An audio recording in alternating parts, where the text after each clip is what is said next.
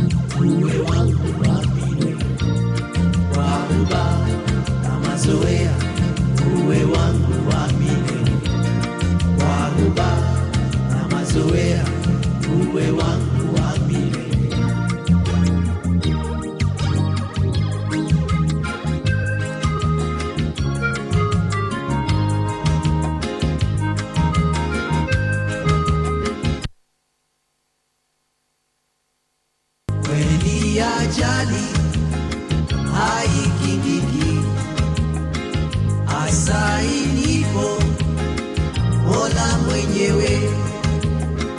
Kweli ajali haikingiki, hasa ilipo Mola mwenyewe. Ni chombo imara chenye thamani kilichopasishwa Uingerezani. Lilinguruma likoni likatiririka, wale pasenja wakapelea bahari.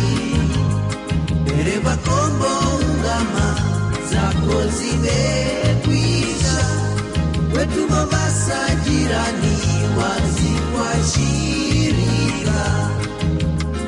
Tuliona hivyo, kwaherini. Tuliona hivyo, kwaherini. Tuliona hivyo, kwaherini. Tuliona hivyo, kwaherini.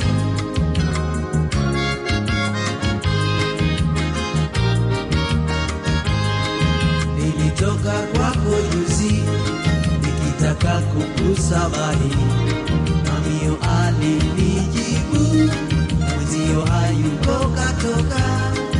Kamuliza kenda wapi, akasema hajui vema.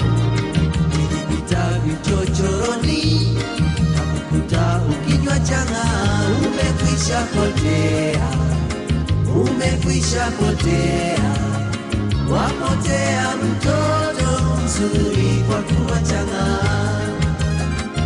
Umekwisha potea, umekwisha potea, wapotea mtoto mzuri kwa kuwa chang'aa. Nilitoka kwako juzi nikitaka kukusabahi, mamio alinijibu mwenzio hayuko katoka.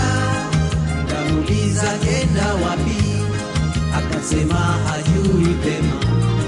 Nikipita vichochoroni na kukuta ukinywa chang'aa. Umekwisha potea, umekwisha potea, wapotea mtoto mzuri kwa kunywa chang'aa. Umekwisha potea, umekwisha potea, wapotea mtoto mzuri kwa kunywa chang'aa. Umekwisha potea, umekwisha potea, wapotea mtoto mzuri kwa kunywa chang'aa. Umekwisha potea, umekwisha potea, wapotea mtoto mzuri kwa kunywa chang'aa.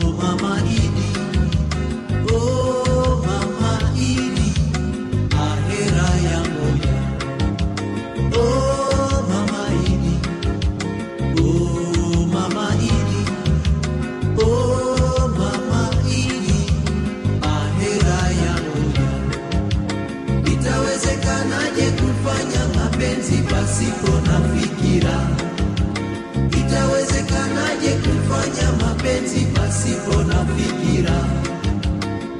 Heri niwe peke yangu, heri niwe peke yangu, heri niwe peke yangu, heri niwe peke yangu, heri niwe peke yangu, heri niwe peke yangu, heri niwe peke yangu, heri niwe peke yangu.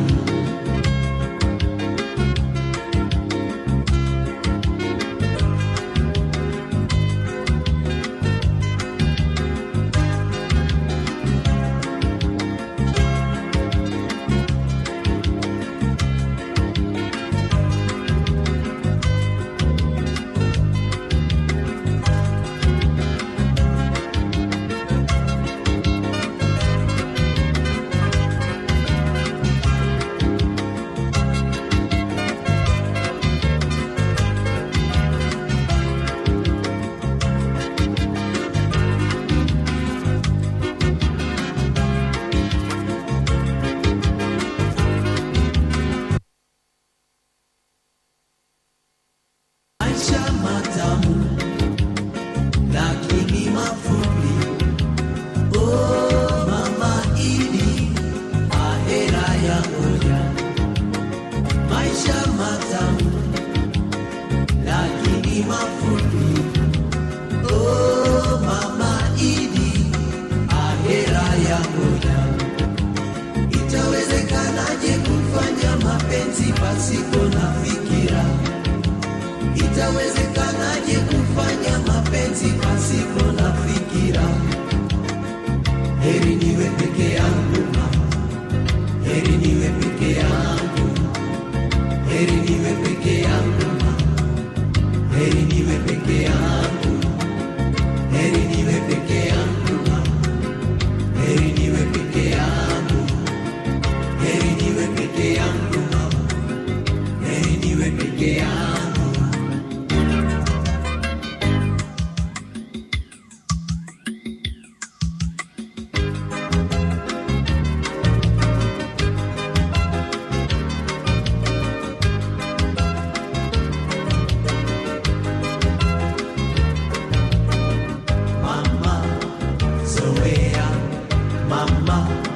Zoea ulimwengu wa sasa, si mtu kuchezea. Utiapo fahamu huwa umepotea, na kila ukiwaza shida hutokea.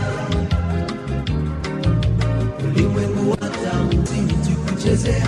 Utiapo fahamu huwa umepotea, na kila ukiwaza shida hutokea. Mama zoea, zoea, mama, zoea, mama, zoea, mama, zoea, mama, zoea.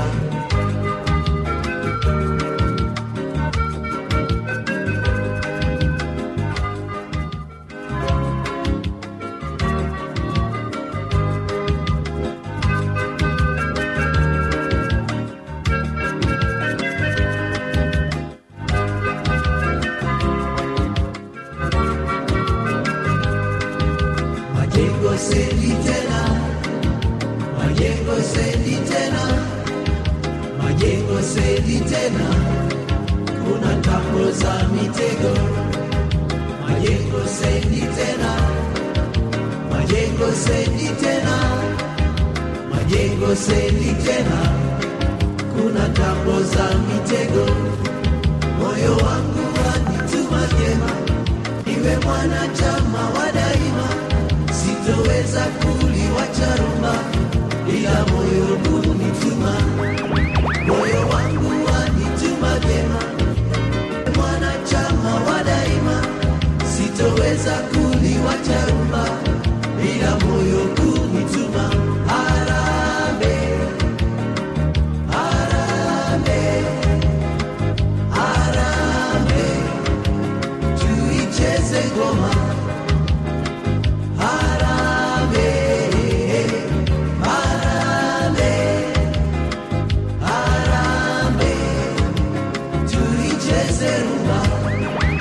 Mombasa sendi tena, Mombasa sendi tena, Mombasa sendi tena, kuna ndogo ndogo nyingi.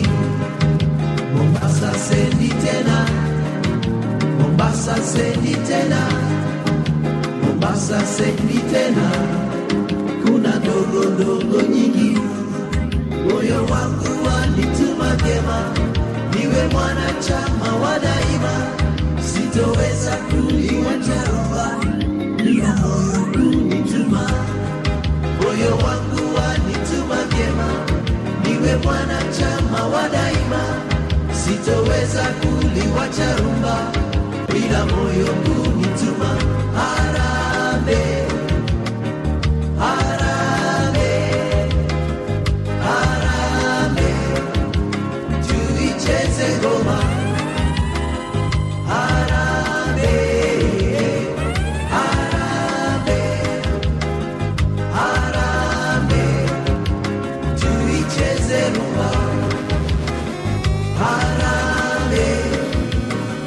harambe,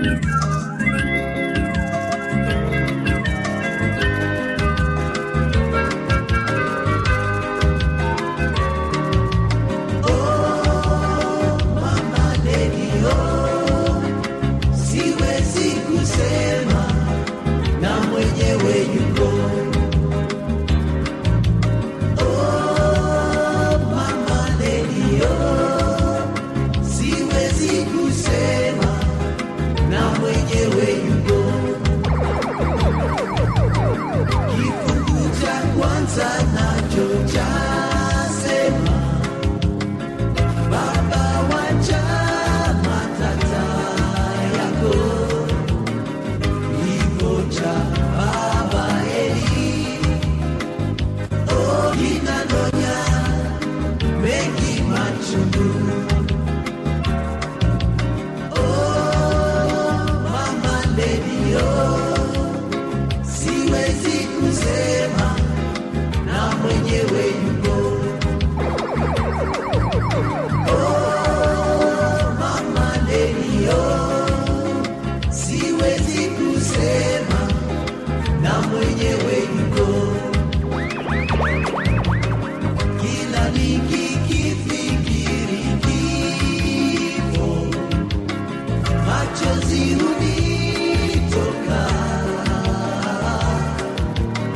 Kifo cha baba Eli kinanonya mengi machungu, kinanonya mengi machungu, kinanonya mengi machungu,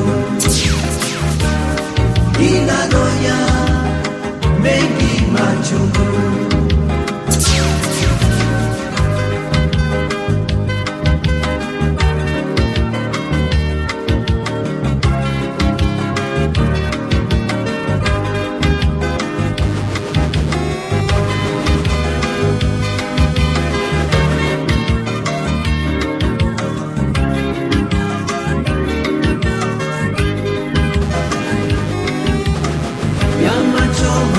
Yamachoma na moja ya baridi, teremsha letera wazee wakumbuke.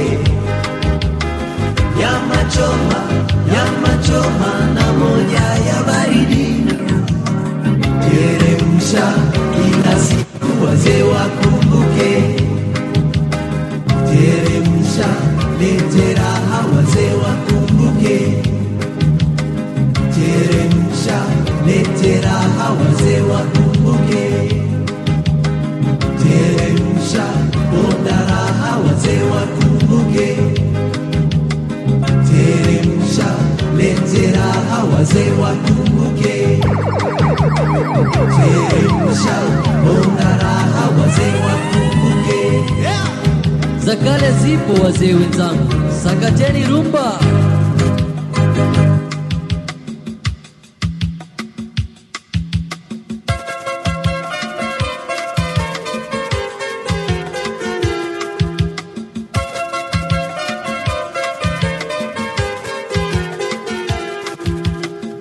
Heri niwe peke yangu, heri niwe peke yangu, heri niwe peke yangu, heri niwe peke yangu, heri niwe peke yangu, heri niwe peke yangu, heri niwe peke yangu.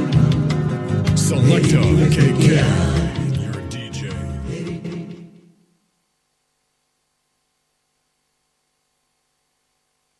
Jabali lile lililonikingamia, ningelipiga risasi kalivunjilia mbali, si urongo una mambo. Jabali lile lililonikingamia, ningelipiga risasi kalivunjilia mbali, ni urongo una mambo. Nilipomaliza pesa machezo ya dunia, ndipo ukazua kisa nisichokidhania. Ulidhani nitakufa ukanikimbia, kumbe mwenzangu ni nyoka, una mazoea, una mazoea. Jabali lile lililonikingamia, ningelipiga risasi kalivunjilia mbali, ni urongo una mambo. Jabali lile lililonikingamia, ningelipiga risasi kalivunjilia mbali, ni urongo una mambo. Nilipomaliza pesa machezo ya dunia, ndipo ukazua kisa nisichokidhania. Ulidhani nitakufa ukanikimbia, kumbe mwenzangu ni nyoka, una mazoea, una mazoea, una mazoea.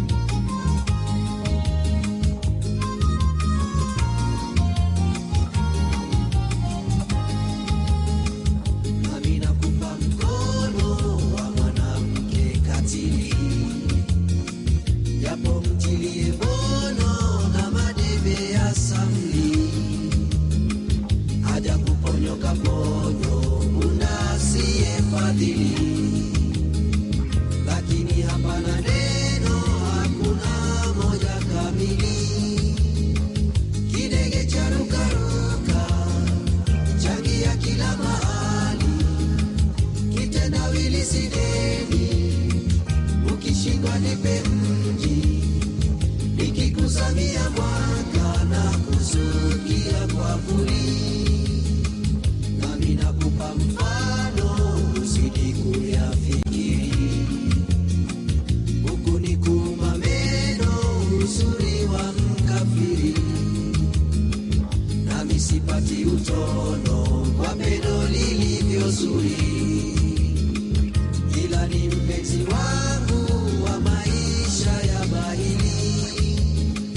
Kanitupa msituni, msitu usio mali. Sirudi nyuma kabisa, hii ni yangu safari. Nikikuzamia mwanga na kuzukia kwa puli. Kidege cha ruka changia kila mahali. Kitendawili sideni, ukishindwa nipe mji. Nikikuzamia mwanga na kuzukia kwa puli. Nikikuzamia mwanga na kuzukia kwa puli.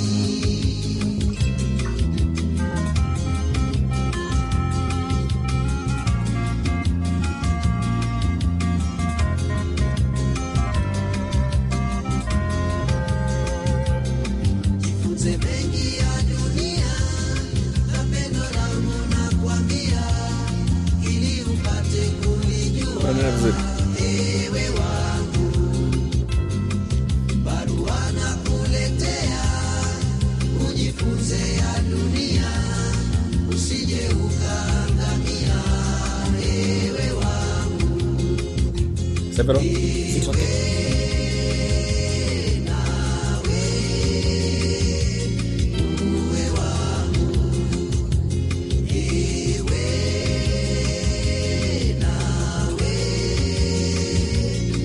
Thank you.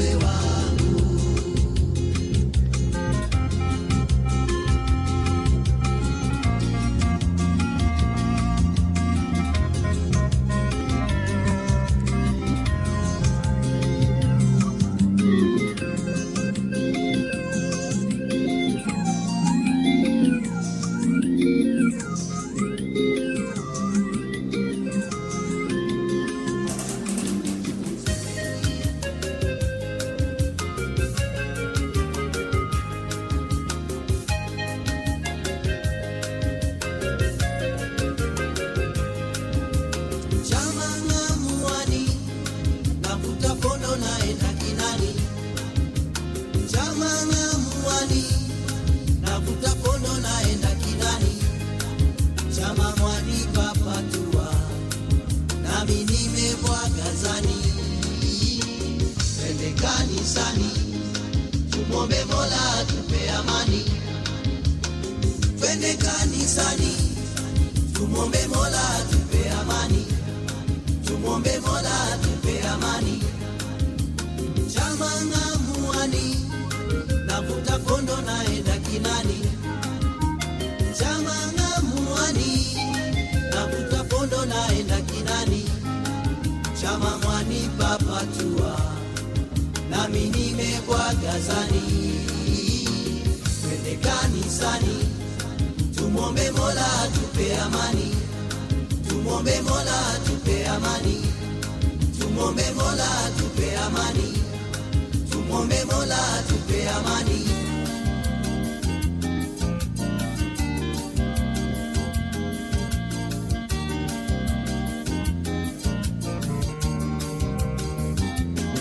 Japo umeondoka, daima utasikika, milele utasifika kwa yako kazi.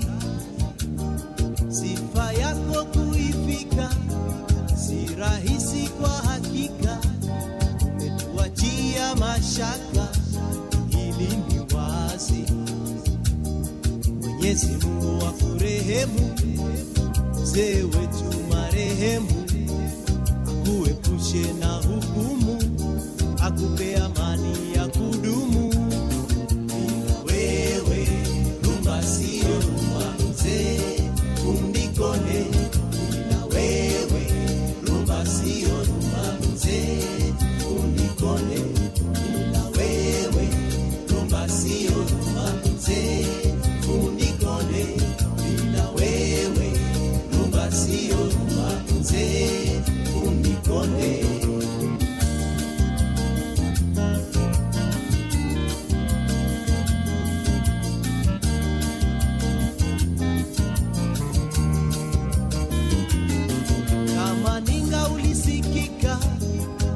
mashariki mwa Afrika na kwengineko, tuna hakika twakupongeza.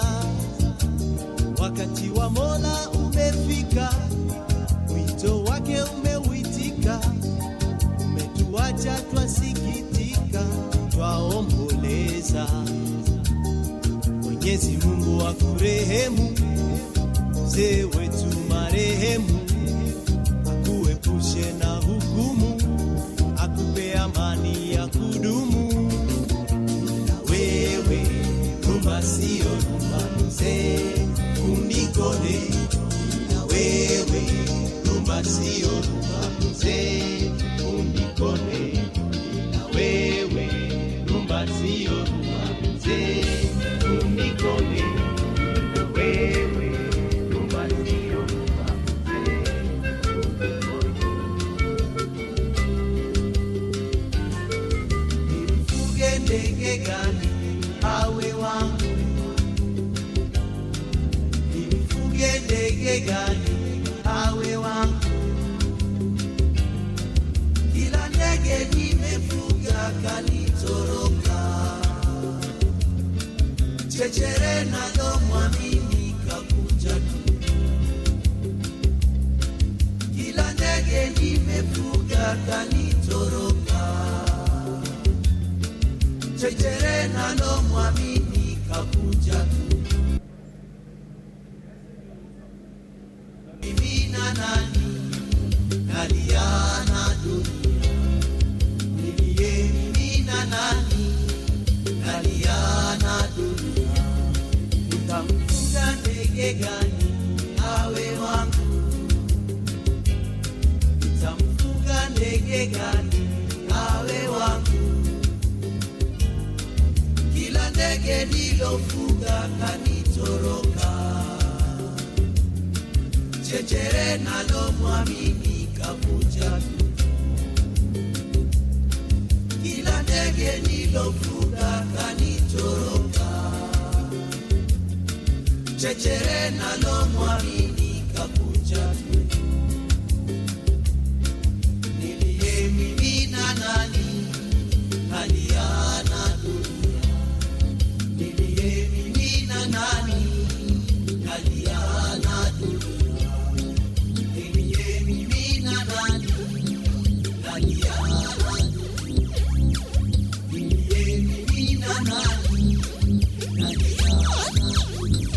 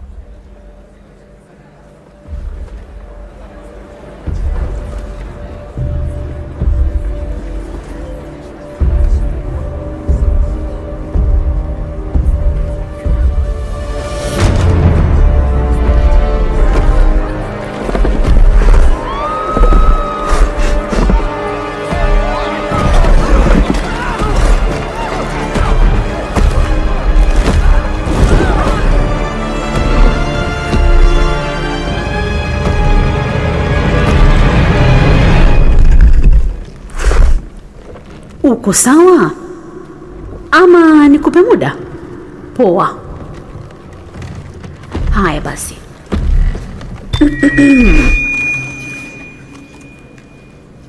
Hebu sikilizeni. Nafahamu sana kuhusu kuangamizwa. Hili siyo jambo bayana. Wacha niwaambie. Kuangamia siyo jambo njema. Kisha mnajiangamiza wenyewe kwa miaka milioni 70 ni jambo la kustajabisha sana nilowahi kusikia. Angalau tulikuwa na vimondo. Kipi kisingizio chenu? Mnaelekea jangani sababu ya mabadiliko ya tabia nchi, lakini kila mwaka serikali zinatumia mabilioni ya fedha za umma kuruzuku vyanzo chafuzi vya nishati. Hebu tafakari kama tungetumia mabilioni kila mwaka kuruzuku vimondo. Hivyo ndivyo mnavyofanya. Fikirini ni mambo mangapi ya manufaa mnaweza kufanya kutumia hizo pesa. Watu wengi duniani wanaishi katika hali ya umaskini. Hamoni kwamba ingekuwa jambo la busara zaidi kuwasaidia wasiojiweza kuliko kulipia uangamizaji wenu? Wacheni niwaambie kinaga ubaga. Mnapopambana na janga la COVID-19, kuna fursa kubwa zaidi, haswa mnapoboresha uchumi wenu. Hii ni nafasi adhimu kwenu. Wazo langu ni hili: msichague kujiangamiza. Jiokoeni, isije ikawa majuto. Huu ni wakati mwafaka. Wacheni visingizio, fanyeni mabadiliko. Asanteni.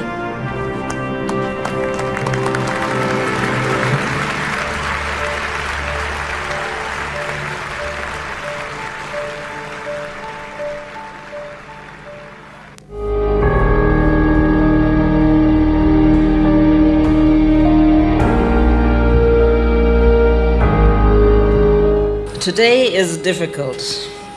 It's difficult seeing just how far the current drought has spread and to see the hardship of the families it has hit.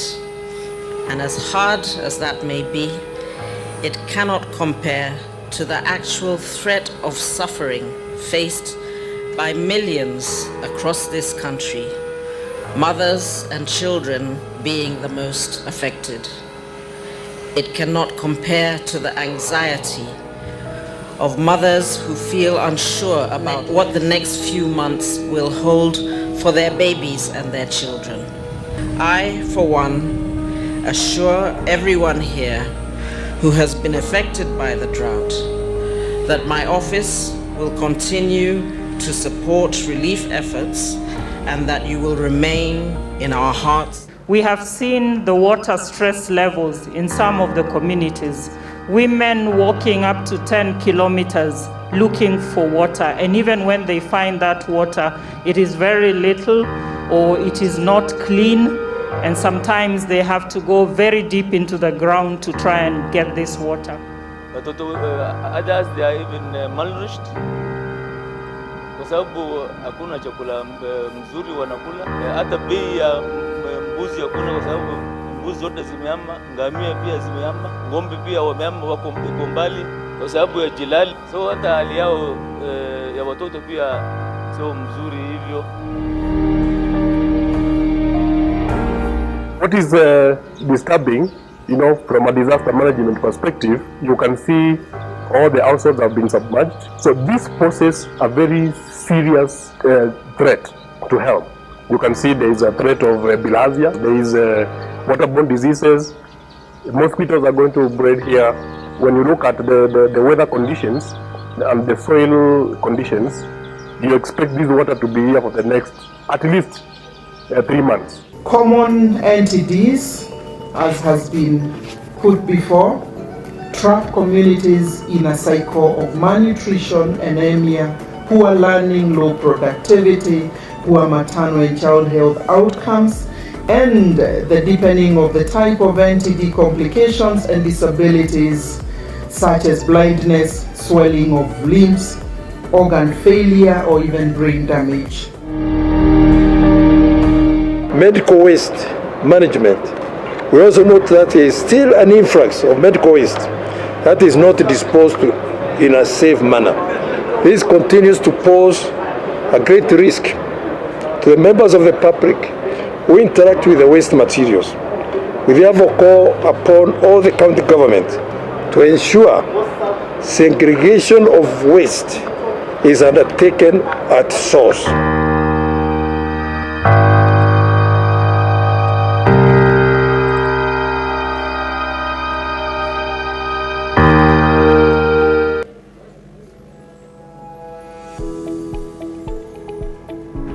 Okay, so we've had a lot of disruptions ever since we had the first case, that is in March last year.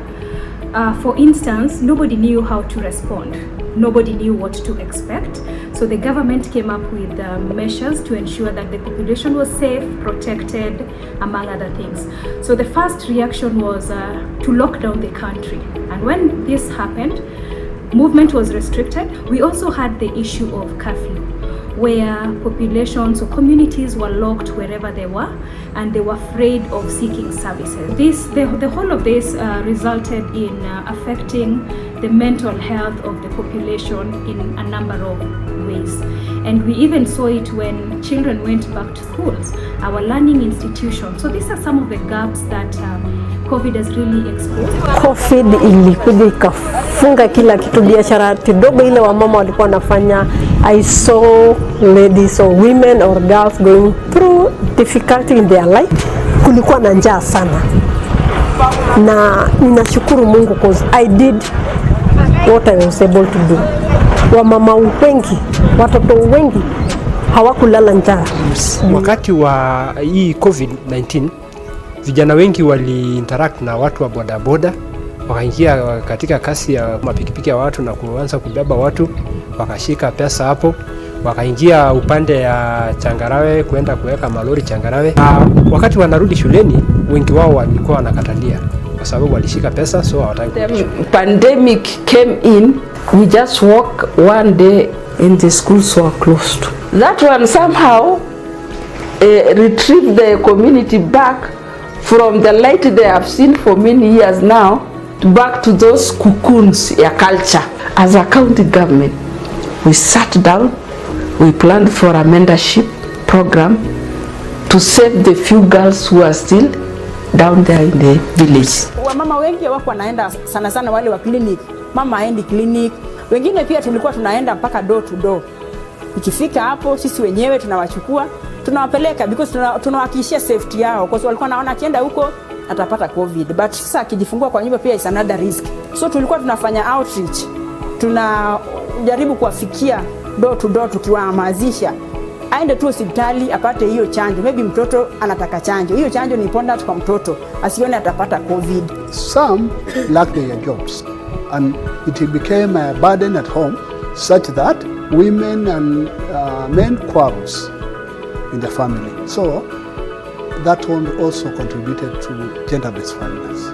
The girls that are under our program specifically faced a multitude of challenges during the time. Majority of them who are in school usually have their meals at school, and they also have care packs at school in various programs that are run through their schooling. Many people that we approached and we asked them to hold our hand during that time were very responsive, and they gave us more than we even needed.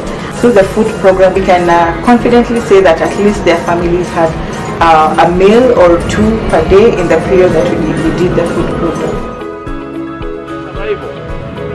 There will be more vaccines coming through, and therefore we don't want anybody to panic and to think that they are not going to get vaccinated. So is that it is a voluntary thing. It is not mandatory vaccination. If we continue to behave normally, this disease will treat us abnormally. Every single citizen, the duty to continue in the health protocols that we have been by our doctors, by our experts. We must continue with face mask wearing, we must continue with hand washing and sanitizing, we must continue with social distance, because ultimately these are the factors that shall ensure combat and defeat this deadly virus.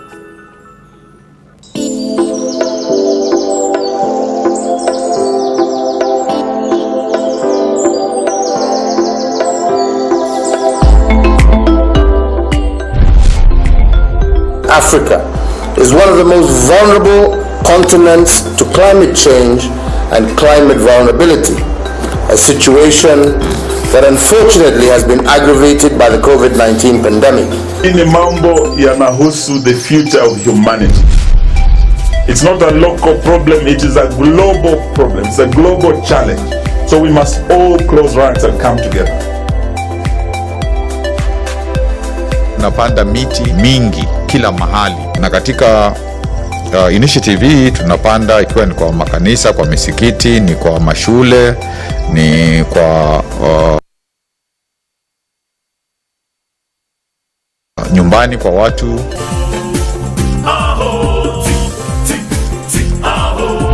So bila miti hakutakuwa kuna uhai.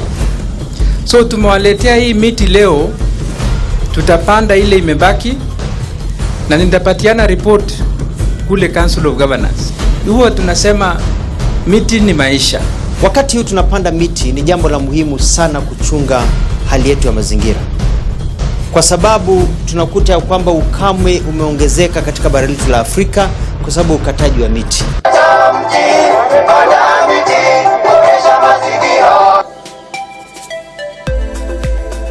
Tangu gatuzi ianze tulikuwa 3.6 na sasa tumefika 7.1 ambayo ni kama 100%.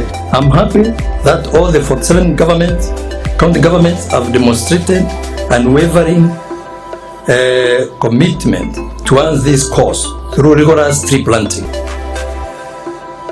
There's a lot of money available in the world to fund climate change initiatives, but unless we operationalize the act, we shall not be able to access to the funds. Sisi tunapendekeza kama COG wapatiwe incentives, tuje kama national government na county government tupange incentives mpaka kwa milango ya mawajiko waze kusaidika.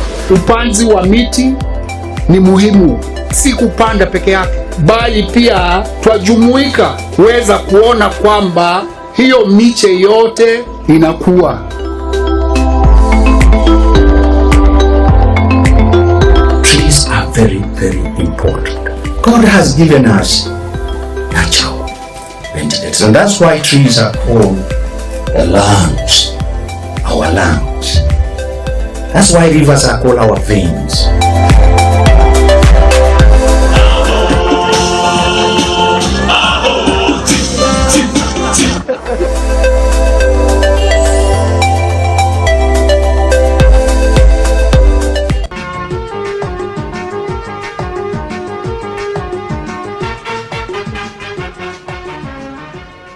Climate change devastation is real, and evidence of increasing temperatures, failed rains, and degradation of environment in Mandera County, like adjacent arid and semi-arid counties, is common. The visual impacts of climate change are massive. Climate change has had emergency effects on livelihoods of pastoralist communities of northern Kenya, with severe shortage of water, pasture, and food reported. The situation in the arid areas has been worsened by massive deforestation by charcoal burners. The forest cover at the beginning of devolution in 2013 was limited with just a few trees. Urban areas were dusty and rusty. Dust storms were a common occurrence as Mandera received minimal or erratic rains. At the advent of devolution, Mandera County government embarked on mitigation measures to lessen the impact of climate change. Well aware that resources were limited for the task ahead, Governor Ali Roba's administration decided to start with greening of Mandera town with the hope of cascading the initiative to other urban areas. This is as a result of trying to curb climate change effects, because the land was being degraded for firewood, for livestock grazing, a lot of movements of animals here and there, and the cutting of trees for settlement purposes. So we were finding our land was so much degraded, and even sometimes when it wants to rain in Mandera, the first thing you see is dust. So to curb all those programs as part of climate change interventions and trying to beautify our towns, the county government of Mandera embarked on a lot of greening programs in various parts of this county. It set out 3 objectives, namely tree planting as climate change mitigation, protection of road reserves using trees to minimize encroachment, and using climate change intervention as a beautification and greening aesthetics. After multi-stakeholder consultations and with unwavering political will, Mandera County crafted a strategy of climate change mitigation packaged as safety net for the vulnerable and poor mothers resident in Mandera town. There was need to incorporate the public into the mitigation plan for the initiative to succeed, and the collaboration has borne immense results today. The most vulnerable mothers from all the diverse clans to ensure inclusivity were identified to pilot the greening project in partnership with Mandera County Government. The county government put up water infrastructure along the roads so that mothers could source water easily to support the initiative. The greening initiative settled on the drought-resilient species of the neem trees, which can survive in hot and dry zones. Unlike in other parts of Kenya, trees need an aftercare of 3 years. In Mandera, it is not just planting trees, you grow them and tend to them on a daily basis, with routinely watering in the morning and in the evening without failure. It is like looking after children to ensure they grow well. In 2015, the program was well underway and engaged a total of 1,300 mothers to tend to 20 trees each day with a compensation package of 8,000 per month, and the success today is evident. The government has spent over 270 million shillings on these programs. One, it's not very easy planting trees. Once you plant a tree, you must also do what we call aftercare. And it's not just planting a tree like any other part of Kenya where the tree will just grow. This one, you have to water the tree for about 3-4 years. I'm seeing another green city in the sun right here on border point 01. I've seen the trees that have come up and how beautiful and green Mandera looks. But I've also seen the young trees that are still coming out, and they are pampered with mosquito nets like little kids. I think we say hongera. We would like other counties in northern Kenya, and may I say in all our ASAL counties, 23 of them. In fact, I wish that the next Devolution Conference was here in Mandera so that we can benchmark with you. We want them to start coming to places like Mandera where devolution is working. Some trees matured earlier and were shifted to mothers to tend to new trees as the scale-up of the program progressed. The mothers started to look at trees differently. They understood the value of trees and how trees cool temperatures. They became the climate change mitigation warriors of Mandera. They religiously owned the initiative and championed greening the environment. Kafana ke nasantu sana. Muwa yolete na gudifna. Dukse rabawa nuskul rabawa na. Kafana ke nasantu sana. Karanila ke nasantu sana. Muhaddis anikeni shukru sanikeni na. Ilma ke nungudifana. Beso ten firachu jirna. Ag yolete rabudurat amasat. Kafana ten. Sisi ni miskini sasa saimu. Kafana ke tunapata kasi. Geda mo stande ura geda waxaan ka helay faa'iido badan. faa'iido waxa kamid ah shimbiraha hergala baabuurta madaxa loo geliyaad muslimiinta dhama hergalaysa dhulka waxaan ka dhignay madow madaxweynaha gaafanaha ali rooba waa mahadsan dawladda naga waa mahadsantahay qarka hadda geedaha ilmaha lacag bishaaraan qaadanaa mishaarka ilmaha iskuul ugu baxsanaa ilmaha dugsiga ugu bixinaa annaka waa cunaa waan ku mahadsantahay waa ku maraysan aad baan ugu raysanay dawladina siisay oo saad noo yeeshay gaafanaha ali rooba madaxiisa kor Allah nooga dhiga iyo inta raacdaba.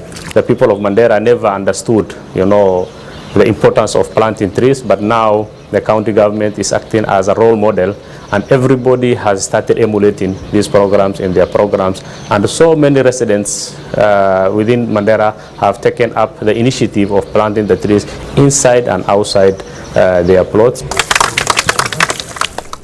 Backed by a good policy and legislation, Mandera County government enacted the Climate Change Fund Law as part of the mitigation support. Mandera County embarked on massive greening project. Part of the scale-up involved supporting institutions to grow trees. Among the beneficiary institutions were Moi Girls Secondary School, Mandera Secondary School, Technical Training College and Teachers Training College as a strategy to increase cover. Simultaneously, many government institutions like Mandera Municipality, the Fire Station, Mandera Teaching and Referral Hospital, County Government Headquarters, Governor's Residence, Deputy Governor's Residence, and County Hotel and the Regional Livestock Market, as well as the old county headquarters, increased tree cover. Even in all our projects, in the bill of quantities that we raise, there is some greening in it. If we are constructing a water pan, there must be some green in it. If we are constructing a school, there must be some green in it. With the initiative, there were many unintended benefits that accrued. The mothers turned the tree care into a family affair, tagging along spouses and children, and this became a massive civic education and public awareness campaign.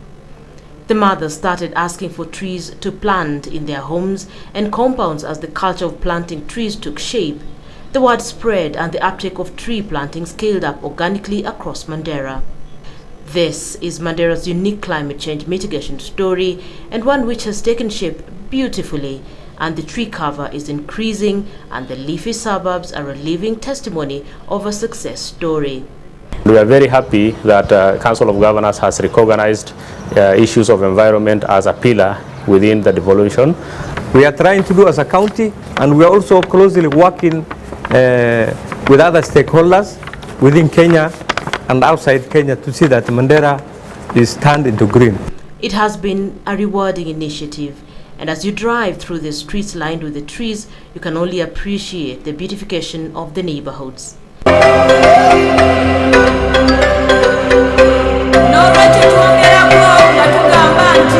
It is quite a privilege to have the Devolution Conference because during economically to build us, considering that the 47 counties will be coming over here, more so I believe it's a privilege considering there's so many counties which have been left out, and we have been considered to be one of the hosts. Kwanza tuko na furaha sababu biashara ilikuwa chini na tunawangojea kwa hamu ili tujue kama tutapata kitu.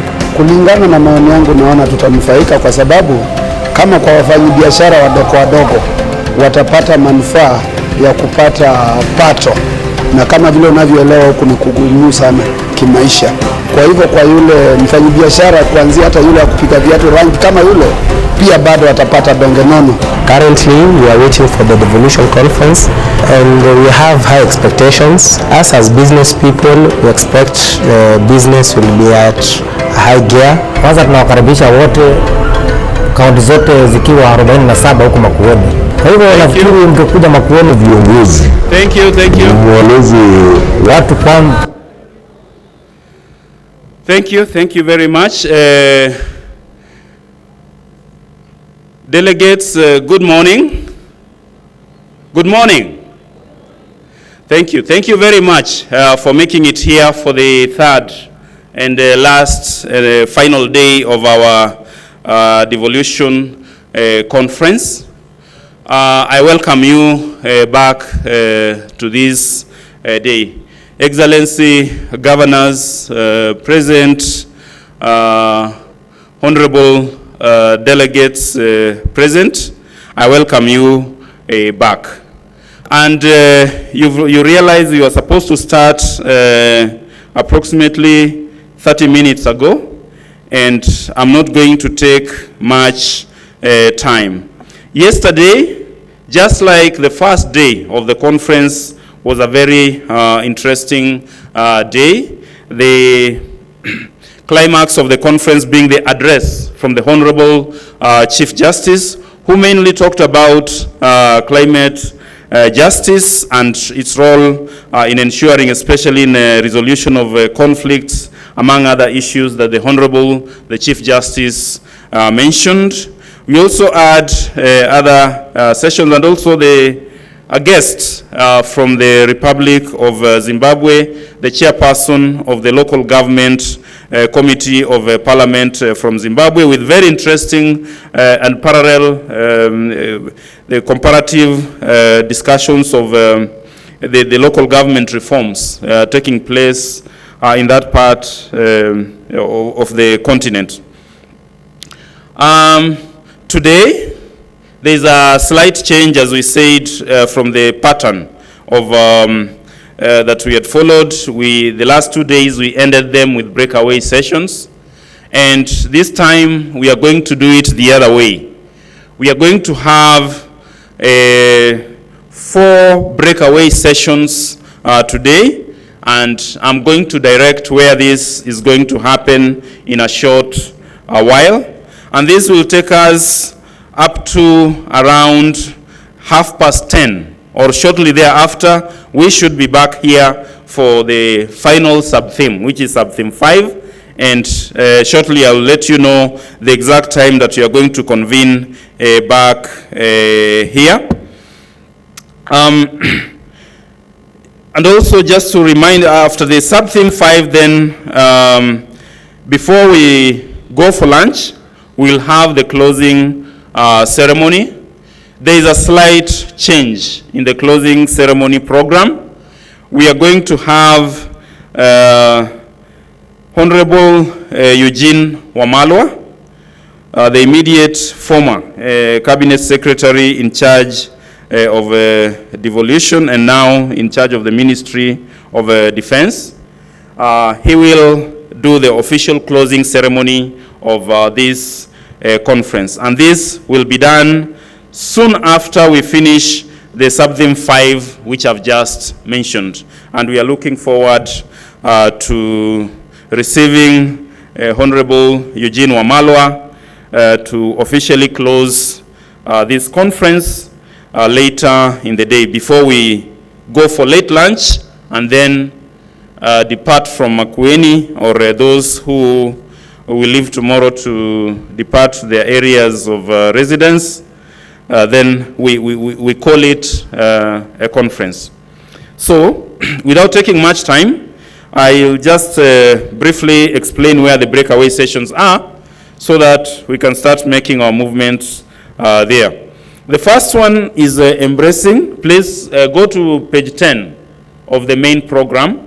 That is where the breakaway sessions are described. The first breakaway session is embracing renewable energy as a driver of climate change action in the wake of COVID-19 and other pandemics. Now, this breakaway session will be held here in the main plenary. Then the second breakaway session is enlivening and integrating indigenous knowledge in climate action at the subnational level in the wake of the COVID-19 pandemic. This discussion will take place in Tent 1. I hope you remember that Tent 1 is just right ahead there behind this main plenary. That is where discussions on indigenous knowledge and climate action are going to take place. We have the third breakaway session. This will deal with elevating youth voices and harnessing innovations in climate action. This is going to take place in Tent 3. As I said, Tent 3 is just behind the VIP cafeteria, and that is where the discussions involving the youth and climate change are going to take place. The fourth and final breakaway session is on sustainable development of arid and semi-arid land areas in Kenya in the wake of climate change. This is going to take place in Tent 2. Tent 2 is just, if you look at the senators' holding area, there is a label there indicating Tent 2. It's just in front of Tent 3. I need not repeat a lot of these directions because we have used the venues for the last 2 days. So I therefore request the delegates look carefully at the breakaway session that you want to join, and then we move there. These breakaway sessions were supposed to start at 8:45. We are now almost at 9:15.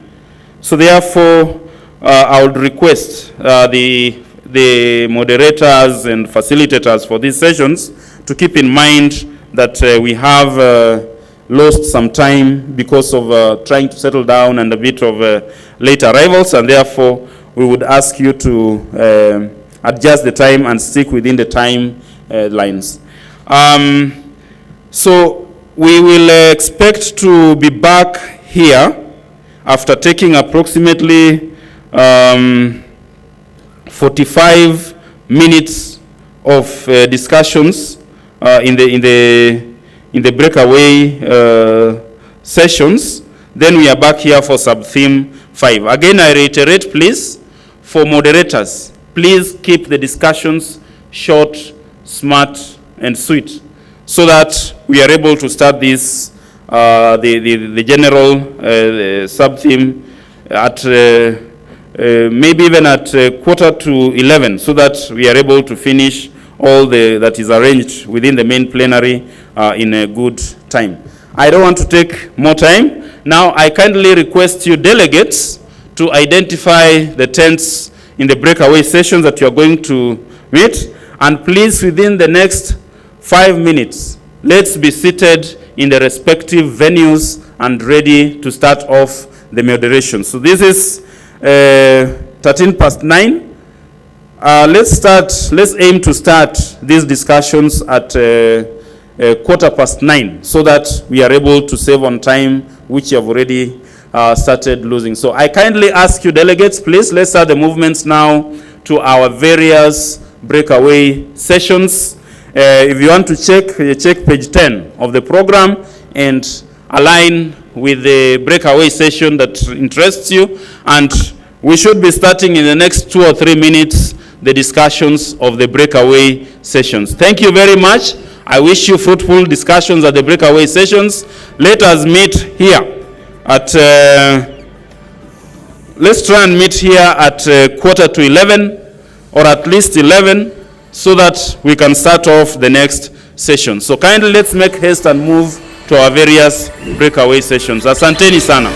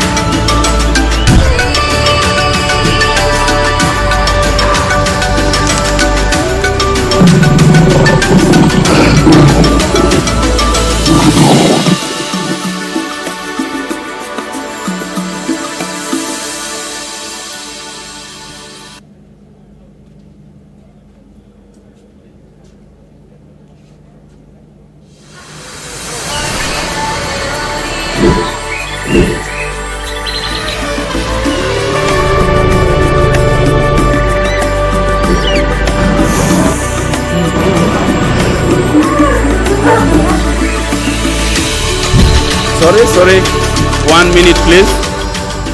I've just been told to repeat and emphasize that the breakaway session on renewable energy is here at the main plenary. So please don't confuse. The breakaway session on renewable energy will be held in this plenary. And I already see the panelists are taking their place. So welcome.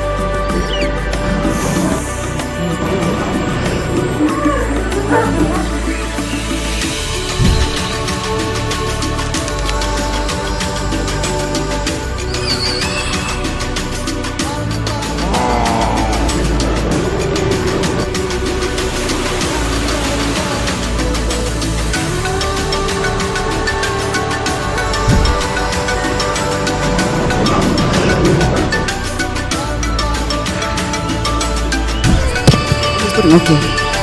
Good morning. Please come closer. Kindly come closer. Tafadhali, let's move closer so that we can hear each other. And thank you very much, panelists and moderators and everybody for coming. My name is Abshiro Halake, nominated senator from Isiolo County and chairperson of this session. Kindly, let's move closer so we can have a cozy deliberations. You know, in climate action, they call them the majlis. So let's come closer and sit close to each other. Oh no. What have I done?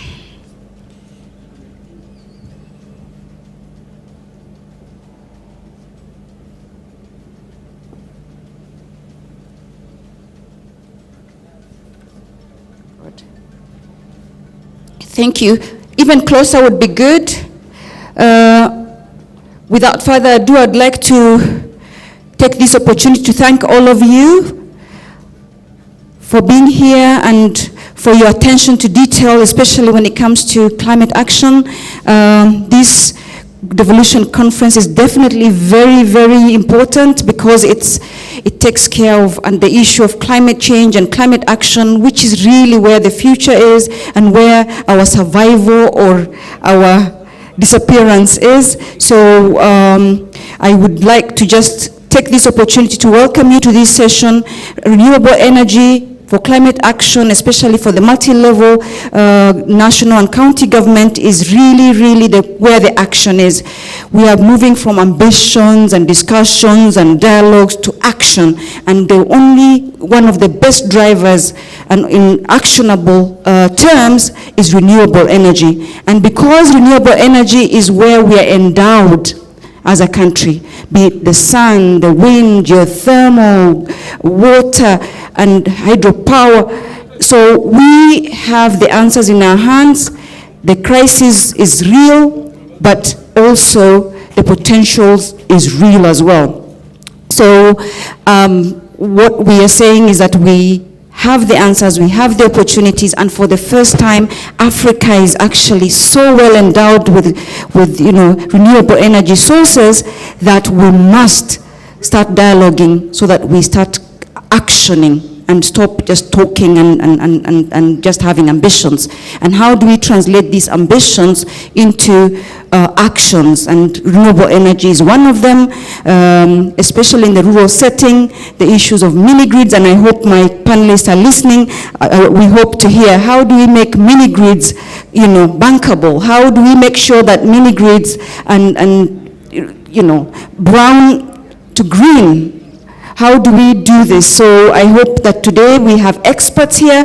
We are going to look at exactly what we're going to do. We're going to look at financing. We're going to look at many, many aspects that will all come together and bring all the stakeholders. As government, we're very happy and proud that the private sector is here in big time, because this is where you will come in, and we are very happy to have you. So I'm not going to introduce my panelists. I'm going to have everybody introduce themselves immediately so that we can start. I'll start from my right with our moderator, who is going to introduce herself quickly. The next person introduces themselves, and then we'll follow the program after that. Thank you very much. Karibu sana. Thank you, Honorable. My name is Husna Barak, FAO team lead. I'll be the moderator of the session today. Okay. You can just use your microphone if you will. Yeah. Good morning. My name is Honorable Dr. Wilbur Tichilo, Governor of Vihiga County. I'm standing in for Honorable Governor Lee Kinanjui of Nakuru. Good morning. My name is Geoffrey Omedo, Portfolio Analyst, Environment and Resilience from UNDP Kenya. Thank you. Thank you. Yes, good morning, delegates. My name is Engineer Margaret Ugai. I'm the CEO Registrar of Engineers Board of Kenya, representing the Chairman of Engineers Board of Kenya, Engineer Ansas Mongera. Thank you. Good morning, distinguished delegates. My name is Daniel Kipto. I'm the Director General of the Energy and Petroleum Regulatory Authority. Fantastic. Good morning, everybody. My name is Anne Angweni. I'm the Climate and Environment Advisor with the Foreign Commonwealth and Development Office, also previously known as DFID. at the UK government. Thank you. Good morning. My name is Nirav Shah, the CEO of NAL Off-Grid. We are a private mini-grid developer working in Turkana and Marsabit counties. Thank you. Good morning. My name is Jekonaya Kitala. I'm a sustainable energy expert working for a project in the Ministry of Energy, but I'm also here in my capacity as the chair of the Clean Cooking Association of Kenya. Thank you. Fantastic. Thank you very much, everybody. I'm going to hand over to our moderator to take us through. Please let's keep very crisp and concise because we don't have a lot of time and we're many. So I'll hand it over to you. Thank you very much, Honorable, for starting us off. I think without wasting more time, you've gotten all the introduction from each and every panelist here. So we'll quickly move on, and I think there's no better way to start with the authority, that is the Energy and Petroleum Regulatory Authority. And I have questions for each and everyone here. Importantly is we're going to use 5 minutes or less. If you do less, I think I'll give you an award. And try to respond to all the questions. So we'll do a quick first round of each one of you answering the questions. But also importantly, we'll get to a little bit of like 5 to 7 minutes from the audience. If there are any really burning question and comments, then you will respond and have your final say to it. So let me start with Mr. Kipto. Hope you're ready. And being the main player in the renewable energy sector, what measures are there? What has worked? I think we really need to know. What are the impactful collaboration you've had with the county governments especially, and what can be upscaled? But also importantly is what you've put in terms to increase production, conversion, distribution, supply, marketing and use of renewable energy at both national, but also importantly at the county and county levels, and also what are the challenges you've been experiencing in the implementation. So welcome, Bona Kipto. Thank you. I think that's really a very interesting question. I think this conference really is a very good conference because it comes at a time where we're taking stock of devolution from the Constitution 2010. And I think from an energy perspective, it's also very important because the Constitution in the fourth schedule demarcated the role between the national government and the county government when it comes to matters energy. In terms of the journey that we've walked between 2010 and 2019, it has been a journey of aligning the sectoral laws with the Kenyan Constitution 2010. And I think the Energy Act number 1 of 2019 has laid the basis for really the collaboration between national governments and county governments. We at the regulator have endeavored to implement this legislation. We're actually currently in the process of about 24 regulations to operationalize the Act of 2019, and we worked very closely with the counties. The Constitution gives the mandate of energy planning both to the national and the county government. Also, electricity and gas reticulation is also a shared function between the national government and the county government. In terms of collaboration, we've been working with the counties quite closely as per the provisions of the Constitution, particularly in the development of these regulations through consultation, public participation. I think also the counties play a very key role, particularly in access to land for energy infrastructure, where we are talking about community land, where it's public land, working with the counties. But I think one of the more key collaborations between us as the regulator and the counties is in matters energy planning. We do have an integrated national energy plan, which is a consolidation of 47 county energy plans.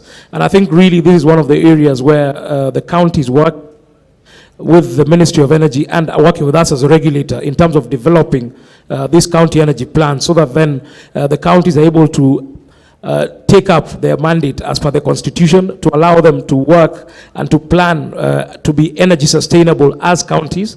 I think this is one of the areas that we've been working with the counties. But I think in terms of challenges also, I think in terms of capacity building, this is one of the areas really, I know there are a lot of DFIs in the room. There's also a lot of there's the legislators, Sheila is here. We also have government officials, particularly in terms of training. I think we really need to upskill our county officials to be able then to take up this mandate, to take up this space, to enable them to plan and to enable them all to regulate, because also regulation is also a shared function with the counties. Thank you. Wow, that is good, in less than 5 minutes. So you have the award, I'm sure. I'll make sure you get it. Thank you so much, and I think he's really given out the issues and the little, although he mentioned only one in terms of the challenges, but capacity, that's quite a huge challenge, looking at the various areas of capacity. So let me go to the next speaker, and I think it's from the private sector, Mr. Nirav Shah. I have a question for you. How has the green energy and the new technologies impacted on the Kenyans' power sector? And from your experience, and I think this is where you really bring it on to us, how best can we equip our county governments to take up these emerging technologies and the opportunities in it? Thank you very much. It's a brilliant question. So in terms of clean energy, as a private developer in Turkana and Marsabit for mini grids, we generate our power through solar, store it in the batteries and inverters, and we are absolutely not using any kind of diesel generation. Now, in terms of community building, what we also provide after giving the power is productive use appliances, things like posho mills, things like electric gold crusher. Like giving an example, we had one of our customers in Turkana, crushing gold with a diesel generator, and he was spending about 8,000 shillings a day buying diesel. So we, through a grant program, went ahead and changed his diesel machine to an electric machine, and now he uses about 500 or 600 shillings a day, and his work is done in 1 hour compared to what it used to take 8 hours. So one of the things that the county government should come in and do is kind of promote these communities to give them these appliances. Things like a simple thing like a light bulb. The people there in the village are not aware that a 70-watt light bulb and a 5-watt light bulb. So we also had some people say, oh, power bills is really high and the power is just going, only to realize that they've put a 70-watt bulb compared to a 5-watt bulb. Which drastically reduces the power. So these kind of programs that the county can now go in and kind of teach these people in the villages the right kind of appliances to use, and the policies that have to be made behind that. Thank you. Wow, thank you very much, and indeed. You're really bringing out a very good experience in terms of still knowledge and information has to reach the people in terms of usage. And I'm glad that you're one of the private sector who's really working it out within the counties. So let's now go to some of our power women. I can't fail to recognize that after Honorable Abshiro spoke, that's another power woman. So let me go to one of us here, Engineer Margaret Ugai, and I think we have a whole sector in it, and we really need to understand what is happening there, but also importantly, we know that is about harnessing the resources of nature in an economic and a sustainable manner for the benefit of humanity. What are the possible engineering interventions for renewable energy, and how can counties fully exploit renewable energy for economic growth? And I think coming from a real technical person in the field, we really want to hear what we can really pick up from this discussion. Welcome, Engineer Ogai. Well, thank you very much, moderator and chairperson of the session. And yes, I think as you rightly said, what is engineering? Yes, we harness natural resources and forces of nature for the benefit of mankind. And I'll just give a very brief about our board, because I think it's nice to know we are regulating, EPRA is regulating, and what's the difference with us. And we have the engineering professional services which are offered by all the engineers working in all the sectors. It's beyond also energy. And we register engineers, so the engineers you should be using to do any of the work, planning, designing, implementing, supervising, maintaining of installations, energy installations, civil works that go with that, and mechanical works that also go with the same would all have to be done by a by a registered engineer. We have about 3,000 or so registered engineers in the country, but we also have a good stock of engineers who've trained. There are about 20,000 on our roll, and we are trying to work very quickly to get them to be registered so that they can offer the county governments that expertise, the engineering expertise. We also regulate the services of engineers more at a very general perspective, and we set standards, and we also look to develop the general practice of engineering in the country. And so we are also involved through the whole value chain of education, practice, and regulation.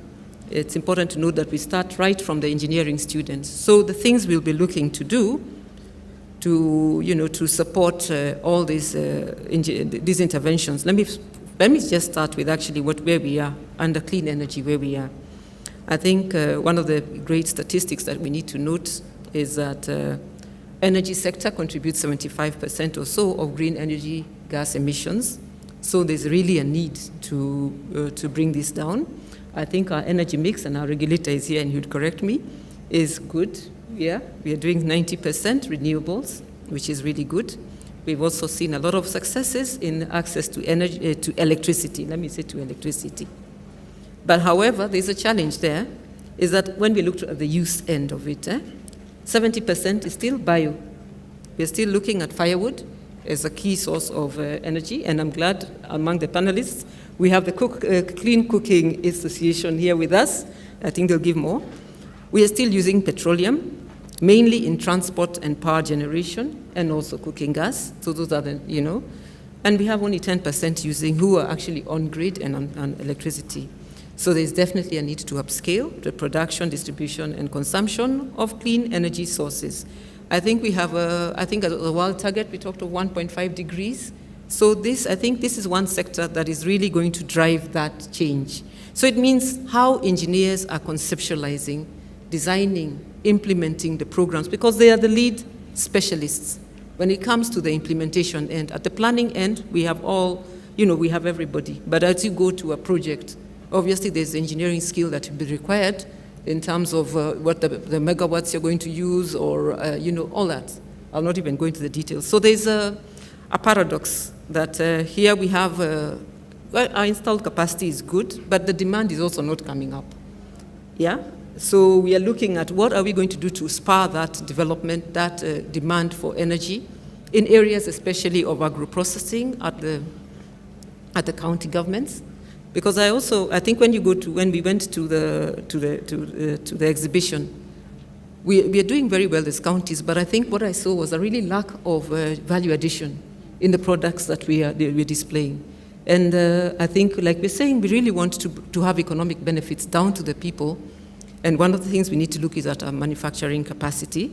So for us, let me say as a board, what we're going to do specifically. The first thing we have is we really are leading in the area of development, capacity development of our engineers. And the first thing we want to do is, one, sensitize them on this climate action, so that whatever they're going to plan, design, will be aligned with and reach the global targets. Policies, we are going to work with county governments to develop relevant policies. And maybe as I like to conclude, as a board, we are targeting to have 10,000 more engineers in the next 5 years. So that's really, we're going to seek a lot of collaborations and support to get that in place. And they're going to be aligned in their training and their practice. The practice notes, we want to look at how we can change them to have this clean energy. We also are planning to cede to the Washington Accord, which is an international engineers alliance, so that our engineering education locally is recognized internationally, because engineers are very mobile, and we want them to have that global mobility and also to reach international standards. We note, and I think I'll conclude here, that county governments have quite a challenge in terms of technical capacity. They have employed a number of engineers, but most are not licensed and professional engineers. So we are collaborating with them, and we're designing a program so that our graduate engineers get to become professional engineers under that 10,000 number that I noted. We are also asking that county governments would need to look at having a heading of the infrastructure dockets, energy, when it comes to the structural civil works. We have professionally licensed engineers because they do approval of of engineering drawings and for proper supervision of the same programs. Maybe I would really, really like to, I know I must end soon, I would like to also just bring out that I think during the opening speech of His Excellency, the Honorable Kivuta Kibwana, he acknowledged the role of the board and engineers in driving the whole infrastructure manufacturing in the country. But there's one that has been very worrying us. At the county governments, we have seen we've seen buildings have been collapsing. And to me that, I think, still fits in with this energy discussion because it's a loss of energy. If you've put up all this building and it comes down, we don't have resilient infrastructure. So we are collaborating with counties, and we are going to be doing a structural integrity tests. We are working very closely with the National Construction Authority and the Board of Registration of Architects and Quantity Surveyors. We want to start in the next 2 weeks or so. And we hope through that we shall be able to make appropriate decisions on how to have also resilience in the infrastructure that we are building. We're ready to collaborate, work with all players in the market. And I think we are just also going to have a very big conference in January. We've planned one, just to at least take forward what has come from COP26, what has come out of this conference, and we start integrating it in our planning. And I think you'll start seeing the board very present with the counties, and we want to work and partner with them because we are all in it together. And so I think we recognize that we need these highly specialized skills of engineers to be used. I think there was a challenge coming from one of the speakers yesterday, that how come we seem to have the problem is here and the engineers seem to be on the other side. We want enabling policies, legislation, practices, employment practices as well. I believe you'd really harness a lot if we do use these very specialized skills that we have in the country. And Kenya doesn't have a shortage of engineers, so we are looking to move in this same conference that we could start having county governments having professional engineers. And I'm sure we will see a difference because engineers are trained towards safety first, public safety. We have economy that comes in and using and embracing the latest technologies. I'll give one last statement, and it's on research and development and innovation. We need to also set aside funds. We need to agree as policymakers and decision makers at all levels that unless we have new knowledge coming in and driven by our own locals, I can tell you this sustainable, it will be very difficult to achieve what we want, and we have to also work with communities. It must be driven again right to the ward level, and I'm very happy to hear that we have those structures in place at the county government. Thank you. Thank you very much, Engineer Ogai. And actually, you've really articulated not only what you're doing, but also specifically the areas for collaboration and partnership with the counties, and really bringing out they call that everything has to be very, very technical and guided by expertise, and I think that is very good. So as we avert the aspects of all the challenges facing, and the example you're giving that buildings are going down in some of our areas. So thank you so much for your presentation. Mr. Kitala, you've heard about the Clean Cooking Association of Kenya. So we would like you to actually speak to us. What is the status of clean cooking adoption in the counties? The practices towards increasing adoption of cooking solutions and practices. And I think engineer has also mentioned a bit of it. What are the impacts, and importantly, what are the roles the non-state and the civil society can ensure that there is access and affordability of clean solution. But also just to note what Mr. Nirav has talked about in terms of the information going down to the people. So please, talk to us and tell us what you're doing and what should be done best. Thank you, Hasna, and it's always a pleasure to have an opportunity to talk about clean cooking energy in a forum like this, because many times clean cooking has not been understood, has not been prioritized, has not been part of the mainstream energy access agenda. And it saddens me that as I talk about the status of clean cooking in this country, I have to start with a rather negative statistic, which engineer already mentioned. The fact that nationally, at this time, we are talking about 59% of the population still cooking using the 3-stone open fire. And when you look at other technologies that use still biomass, charcoal and firewood, other charcoal and firewood stoves, then that percentage rises to well over 60%. Obviously, this is an undesirable situation when we are talking about universal access to clean energy by 2030. We've seen the country make major progress in the area of electrification, but clean cooking still lagging behind. And therefore, this is a call to action for counties also to prioritize clean cooking. If you look at the area of LPG, although we have a slightly more inspiring story there, because we find that in the last 20 years, the uptake of LPG has grown by almost 6 times, but it is still low, because we are talking about in the rural areas just about 17%, about 54% in the urban areas. So a lot needs to happen. We have other technologies, some still that are using biomass, but cleaner cooking technologies that we need to promote, and so that we can be able to eradicate the 3-stone open fire, which has negative health, environment, and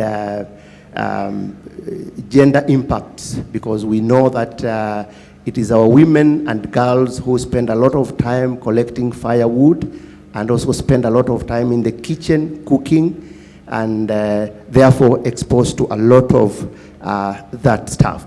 So looking at the national level, coming to the county level, the situation at the national level is pretty much repeated in the county level. That if you look at the last population census, where there was a focus on cooking and lighting, we see that most of the counties are in the 70s range in terms of use of biomass. If you can allow me to point out just but a few. Maybe beginning with the extreme end, a county like Wajir, where when you look at the population using biomass, especially using firewood and charcoal, is well over 90%. Maybe the other extreme end would be a county like Kiambu, where those using firewood are just about 22%. In Makueni, where we are, and also where I come from, 76% using firewood for cooking. If you add another 10% using charcoal for cooking, then you can see the situation. Less than 9% of the population using LPG. So we have quite a move to make if we are to transition our people to clean cooking technologies by the year 2030. And yeah, looking at the impacts, the environmental impacts, they are quite obvious. From the fuel supply side, if most of our population is using biomass, and we know that as a country, we have given ourselves a target to achieve 10% forest cover by 2030, up from 7%. And it's also a fact that currently, yes, our wood supply, there is a big deficit between supply and demand. We have an annual deficit of more than 10 million tons of biomass. So where is that deficit coming from? How is it being bridged? Obviously, it is through forest degradation. So that is why we have to look at, as much as we know we cannot change overnight, move our people from the use of biomass, but we have, thankfully, an emergence of a new generation of biomass-based cooking technologies that are more efficient and that are available and fairly affordable. So by getting people to transition more to these technologies, we have a chance to begin saving our forests. We also know, again, the health impact. The Minister of Health tells us that about 22,000 people die in Kenya annually because of diseases associated with acute respiratory infection. And smoke and particulate matter from biomass-based cooking has a major contributor to that. And so, again, there is a health reason why we need to help our people to transition. Again, an economic reason, because if our women and girls are spending about 5 hours every day either collecting firewood or cooking, and we have technologies that can reduce that amount of time to less than 3 hours, then those 2 hours will be translated into productive activity, or our girls will have time to read. And finally, looking at what is then the role of non-state actors in this conversation. I think a major role for our non-state actors is the issue of advocacy, because as I said, as much as we are seeing the situation improving, but cooking has not been part of our mainstream energy policy. And even looking at the counties, I have had an opportunity to look at our CIDPs, which you know is the document through which counties can be able to access resources to implement projects. And while many counties have a form of energy plan or another that might talk about clean cooking, when you look at the number of clean cooking projects that are finding their way into the CIDPs, very few. And therefore, the plans just remain as such plans, and they are not being implemented because they have not been mainstreamed into the county resource allocation and management process through the CIDPs and the ADPs. So this is really one area where we see civil society organizations lobbying government at a national level and the county level to prioritize clean cooking, and not just prioritize, but prioritize and ensure that resources are allocated. The other area, of course, is about awareness raising, because many of these technologies are available, and I'm glad you walk around the exhibition area, you were able to see quite a lot of new innovative cooking solutions. But the fact is that many of these are not known out there, and therefore civil society and non-state actors have a key role to play in terms of creating that awareness, in terms of also supporting in the actual delivery, because we are talking about new emerging markets. And so even before the private sector can fully occupy that space, we are seeing a role of non-state actors helping in terms of removing some of the barriers, the market barriers that prevent penetration of these clean cooking technologies. Thank you. Thank you very much, Bwana Kitala, and also importantly, for you giving us the data. It doesn't matter how negative or bad it looks, but it is important we have it so as we are able to allow the decision maker actually decide and be able to allocate resources and plan accordingly. So that is very, very important. And thank you also for articulating the role the CSOs play, but also importantly, really telling us that there are very many ways we can use in cooking, and it will really cut down the burden not only to our women and girls, but to the entire economic sector, so as we are able to really save time and be healthy, but also save our environment importantly. So thank you very much for that. Godfrey, my colleague from the UN, we really want to hear exactly what are the linkages of biomass and renewable energy, and what are the options for the counties. And if you have good example, please mention them so as that we can be able to take notes. Thank you. Thank you very much. And I want to take up from where my colleague Kiteme has left off and state that really to deal with the renewable energy issue, the subject of biomass must come back to the center stage. I think cooking is a very personal issue. It happens in every home in Kenya, in the morning, sometimes 3 times in a household, breakfast, lunch, and supper. And the reality here is that mostly people utilize biomass. That's firewood in the rural regions, in the urban areas, particularly in informal settlements, and even high-end urban areas, we have charcoal. Another key issue that we need to note that this charcoal is produced in rural areas as a livelihood opportunity for the people in the rural areas. So for them, it's a job. It's an opportunity to go in, burn charcoal, and somehow it finds its way to Nairobi, Nakuru, Mombasa, and these big towns that utilize charcoal, even in the hotels. But this value chain is broken, completely broken. According to the law, it's illegal to produce charcoal. It's illegal to transport charcoal beyond 2 or 3 bags because it's assumed that you're only transporting the charcoal for your own use. But selling charcoal, somehow, nobody knows whether it's legal or it's illegal, but using it, all of us are using it. All of us, I'm sure, have access to charcoal in our household. So we need to resolve that issue because the more it remains unregulated and we're not very clear what's going to happen, then that's why you find a lot of corruption coming in because transporting charcoal becomes a very, very expensive affair. Now, let's go to the counties. And I'll use an example of Narok County, where there has been massive deforestation driven by the charcoal production in that region. And sometimes as UNDP, when we are analyzing the charcoal value chain, we found some donkeys had been arrested by police because when they went to burn the charcoal, they go with the donkeys.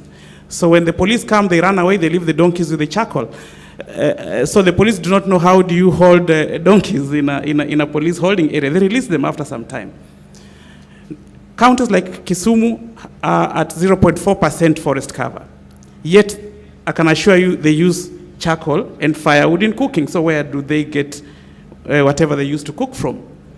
So it's important for us to look at a way to get the counties discussing the cooking agenda, a way for us to realize that deforestation and land degradation is actually driven by the energy that is being utilized at a lower level. Important for us to realize that although our electricity is highly green, 93%, but the large bulk of Kenyans don't use electricity to cook. Many people have said that nyama choma that has been done with charcoal is different from the one that's done by the grill. That's the reality. All of us like that nyama choma that comes from the charcoal. But will this be sustainable in the long run? Some of the best charcoal comes from acacia trees and some of these indigenous species that take between 10 to 20, 30 years to actually mature. But a tree that has taken 20, 30 years to mature takes maybe 1 minute by a power saw to be cut down. Converting it into charcoal takes between 7 to 8 hours, depending on how you cover it. Burning it, if it's in a huge hotel, will take between one or 2 days. So within 5 days, you've cut down a tree that took 20 years to mature.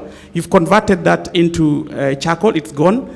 Luckily, if some of it gets to be used as furniture or for roofing in timber, it can stay a bit longer, so we can hold the carbon a bit longer. But the immediate point we realize that even the regulations that require woodlots to be established, the more you cut charcoal, you're supposed to have woodlots. But how long does it take for your woodlots to actually mature, for you to use them to cut charcoal? So the reality here is that unsustainable biomass energy is what is leading to the deforestation we are seeing.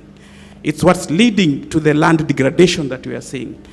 We had recently the challenge of the rising lakes in the Rift Valley and Lake Victoria, and UNDP did a study, a scoping study to analyze what are the drivers to this issue. The reasons are simple. Number one, the ecosystems around these lakes have all been degraded. So we are seeing a lot of siltation going down into the lakes, reducing the size of the basins. So even if it doesn't rain so much, very little rain immediately overflows. So we have to go back to the ecosystem conservation agenda. We have to reanalyze all the ecosystems that we have that used to have very good trees and forests around them that will reduce most of the erosion that has been happening. And although it's driven by climate change, but it's human actions that are actually driving some of these issues. But it's really, really critical and important for all the counties to realize that cooking is a personal issue. It happens in every homestead, and all of us have to eat. How do we help our populations in the next 10 to 20 years cook better such that the cooking does not lead to the challenges that we are seeing currently? So I think sustainable biomass energy is possible, but there's a lot of work that needs to be done, and I'm really happy that this conversation is started. We hope to upscale it, even as we support government reach the 10% tree cover targets. Thank you very much. Thank you very much, Godfrey, for that. And indeed, we all know that Nyamachoma and Githeri by firewood is very, very tasty. But those are the effects as mentioned, but we need to really bring the balance. And I'm glad actually you're mentioning there's so many options, but importantly, when we look at it at ecosystem level. So as we know, if we do it here, we are hitting up in the other level, and also bringing out the rising lakes, which still people are imagining the reasoning, but one of the reasons is the siltations of our water beds. Thank you very much for that. And my sister Anne Angweni, I think it might look a very simple question, but it's quite deep. And I would really like you to tell us what are the financing options for renewable energy, and how can counties tap on those opportunities and options, but also importantly, what else are you doing as a partner in this country? Thank you, Husna, and let me just take this opportunity to thank the organizers for inviting the UK government to the stage to say something about renewable energy and the financing opportunities. I'm sure one of the impetuses for inviting us is the fact that we've just come out of COP26. It's been a hectic 1.5 years organizing and hosting this conference. It has been a priority for the UK government, not just because, as we all know, climate is a crisis, but the fact that we can all do something about climate. This is about human solidarity. It's not about we versus them, you did, so we can, etc. As we all know, COP26 came at a very timely junction in humanity. The world is heating up. We now have documented proof on that. The Intergovernmental Panel on Climate Change has told us if we do not do anything, humanity will not be what we know it as in the next 30 to 40 years. So obviously one of the main goals of COP26 was mitigation. How do we reduce our emission? There are two sides to that coin.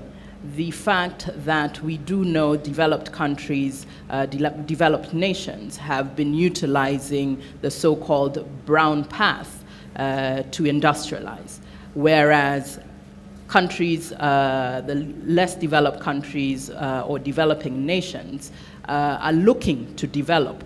And the fastest industrial path is to use what we know is coal. Coal has been touted as the path to industrialization, and we know that cannot work. That has been a problem. That is what has caused part of the heating of the world. So one of the main goals of COP was mitigation, reducing emissions, keeping inside the 1.5 degree Celsius target. We cannot go beyond that. So other than that, of course, COP also focused on adaptation issues. So how do we help the countries who are worst hit by climate change to adapt and to cope? And financing. So again, we have been invited here to talk about financing, because financing for you to transform and transition you need the financial resources. And last but not least, collaboration. How do we collaborate? This is not a government effort. So even as we sit here, we cannot look to the government. The government must always help. As we famously say in Kenya, serikali saidia. Serikali cannot do everything. So how do we cooperate with the private sector? How do we cooperate with civil society? Because that is the only way that we can solve this problem. So many have said, you know, Kenya has contributed less than 0.1% to global emissions. So why should we do? We shouldn't be doing anything. It should be the rest of the world who is doing. But at the same time, we must take cognizance of the fact that Kenya is a very progressive country when it comes to renewable energy. We have pioneered a lot from the 90s. We cannot sit back because others are watching. If Kenya's economy can progress renewable energies, the rest of Africa is watching and saying, how did you do it? So the rest of Africa and the rest of Asia is coming to learn from us how we did this. Now, if you look at the global market in the recent past, there has been a shift to more economically friendly, environmentally friendly technologies around renewable energy. That is a fact. During the COVID pandemic, there was a 2% rise in investment. So investments right now globally on renewable energy runs to about $300 billion, okay? There's been a huge reduction on fossil fuel investments. One, because it is expensive, but two, when we left COP, we said we are phasing down the use of coal and fossil fuel inefficient subsidies. Private sector is watching, government is watching. Financing towards coal and inefficient fossil fuel will reduce. So we need to still use energy. Where will that funding go? It will go towards renewables. So that is the transformation. And we must take that opportunity as Kenya because we have driven this trajectory of reaching 100% renewable energy by 2030, as the president has directed, okay? Now, we all know that it takes time to do this. So what did Kenya do? Liberalizing the power sector and allowing the independent power producers to come in is one of the key areas that has worked. Another is the legislative framework that Director Kipto mentioned. That has allowed private sector to play. I know of late, of course, the fact that we've been saying the cost is too high. So there is a challenge around that. What can we do about costing?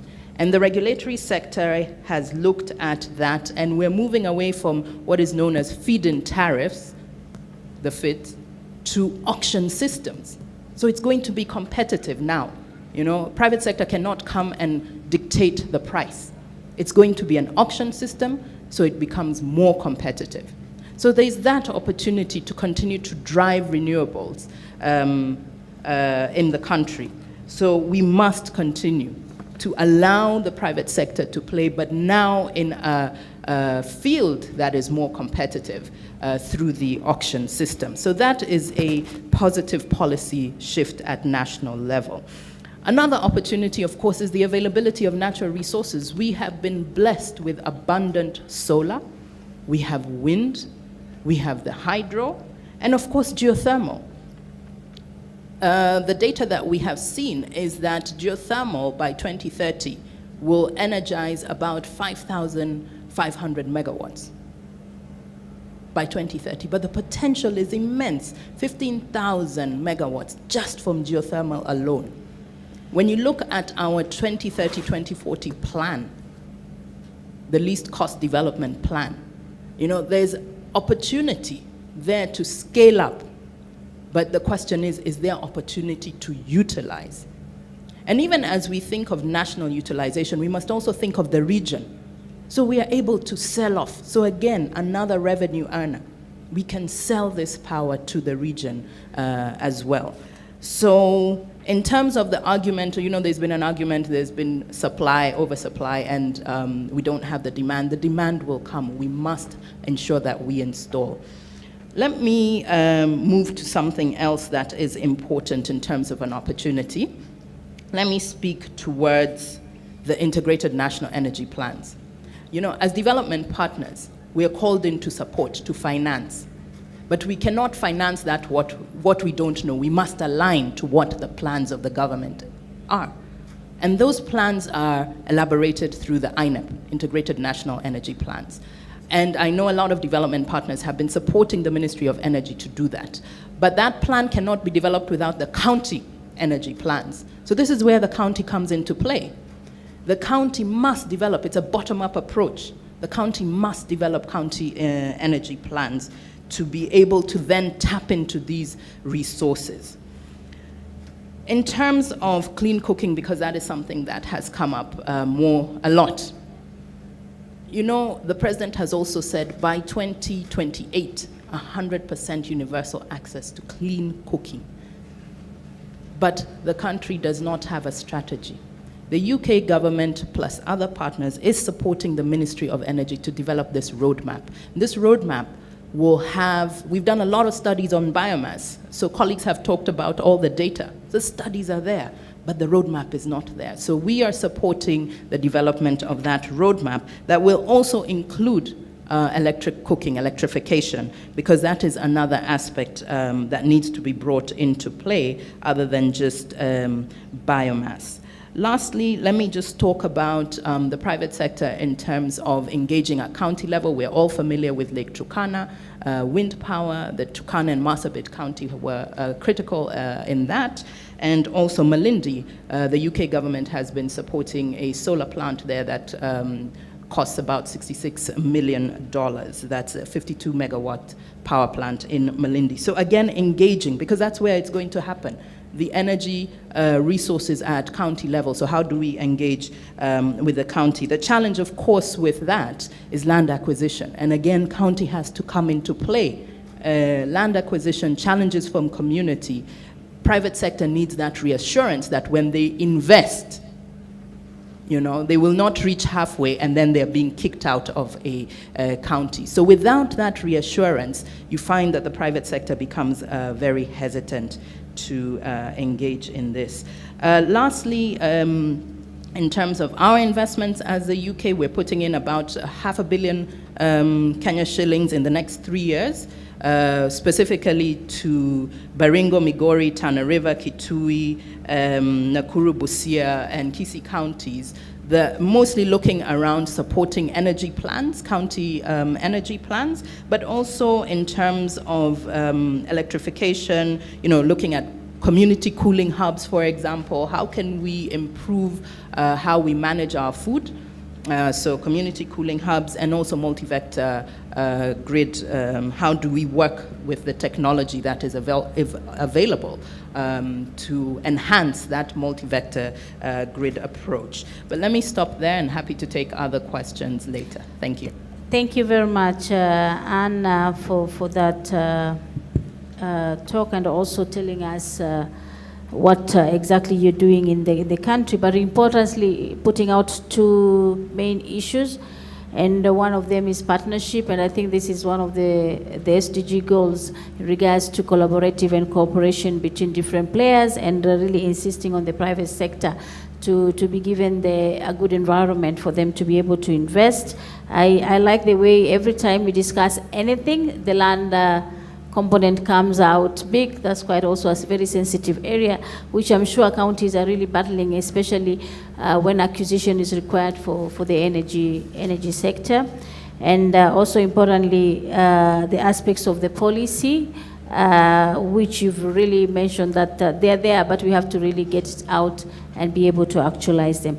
Thank you very much, all of you. And finally, I would like to call His Excellency Dr. Otichilo, and importantly, really telling us how have county governments championed renewable and sustainable energy, If there are examples of projects which have worked, we really want to hear, but what are the challenges and how is renewable energy being used as a tool of addressing climate change at the county level?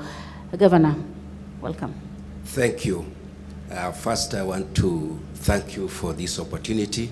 As I said earlier, I'm standing in for Honorable Lee Kinanjui of Nakuru, who is the chairperson in charge of energy at the Council of Governors. First, I want to agree with the sentiments that have been raised in this discussion. Energy is very important, and as we talk now, is something that is very important that we must address it. And as it has been stated, we still, as counties, have not developed county energy plans. Most of us have not. And we are in the process of starting to develop. Although we have indicated in our CIDPs, County Integrated Development Plans, that energy is a priority. But in essence, we are doing very little. And one of the reasons is that funding, energy somehow has not been given a priority in our CIDPs, and that's a fact. And therefore, it's very, very important that we must now mainstream energy as a major component of our development plans. And in that regard, we need to work extremely, very closely with the Ministry of Energy, with various development partners, with the civil society, so that we can be able to reach the level where we require to be in, so that we can change our energy mixes.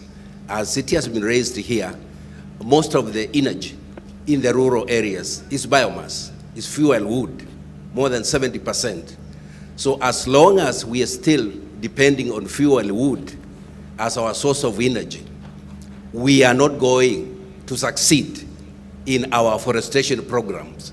And therefore, the climate change mitigation measures we are taking are likely not to succeed, because as much as we are saying we want 10% forest cover, but as we are planting, we are taking off, the offtake we are taking is more than what we are planting.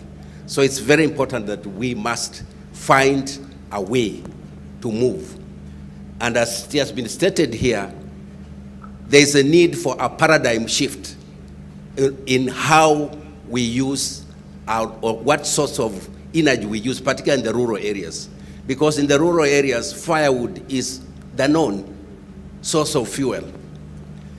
Although efforts have been made by various agencies, including civil societies, to introduce energy-saving cook stoves, training has been done, but somehow people revert back to use of fuel wood.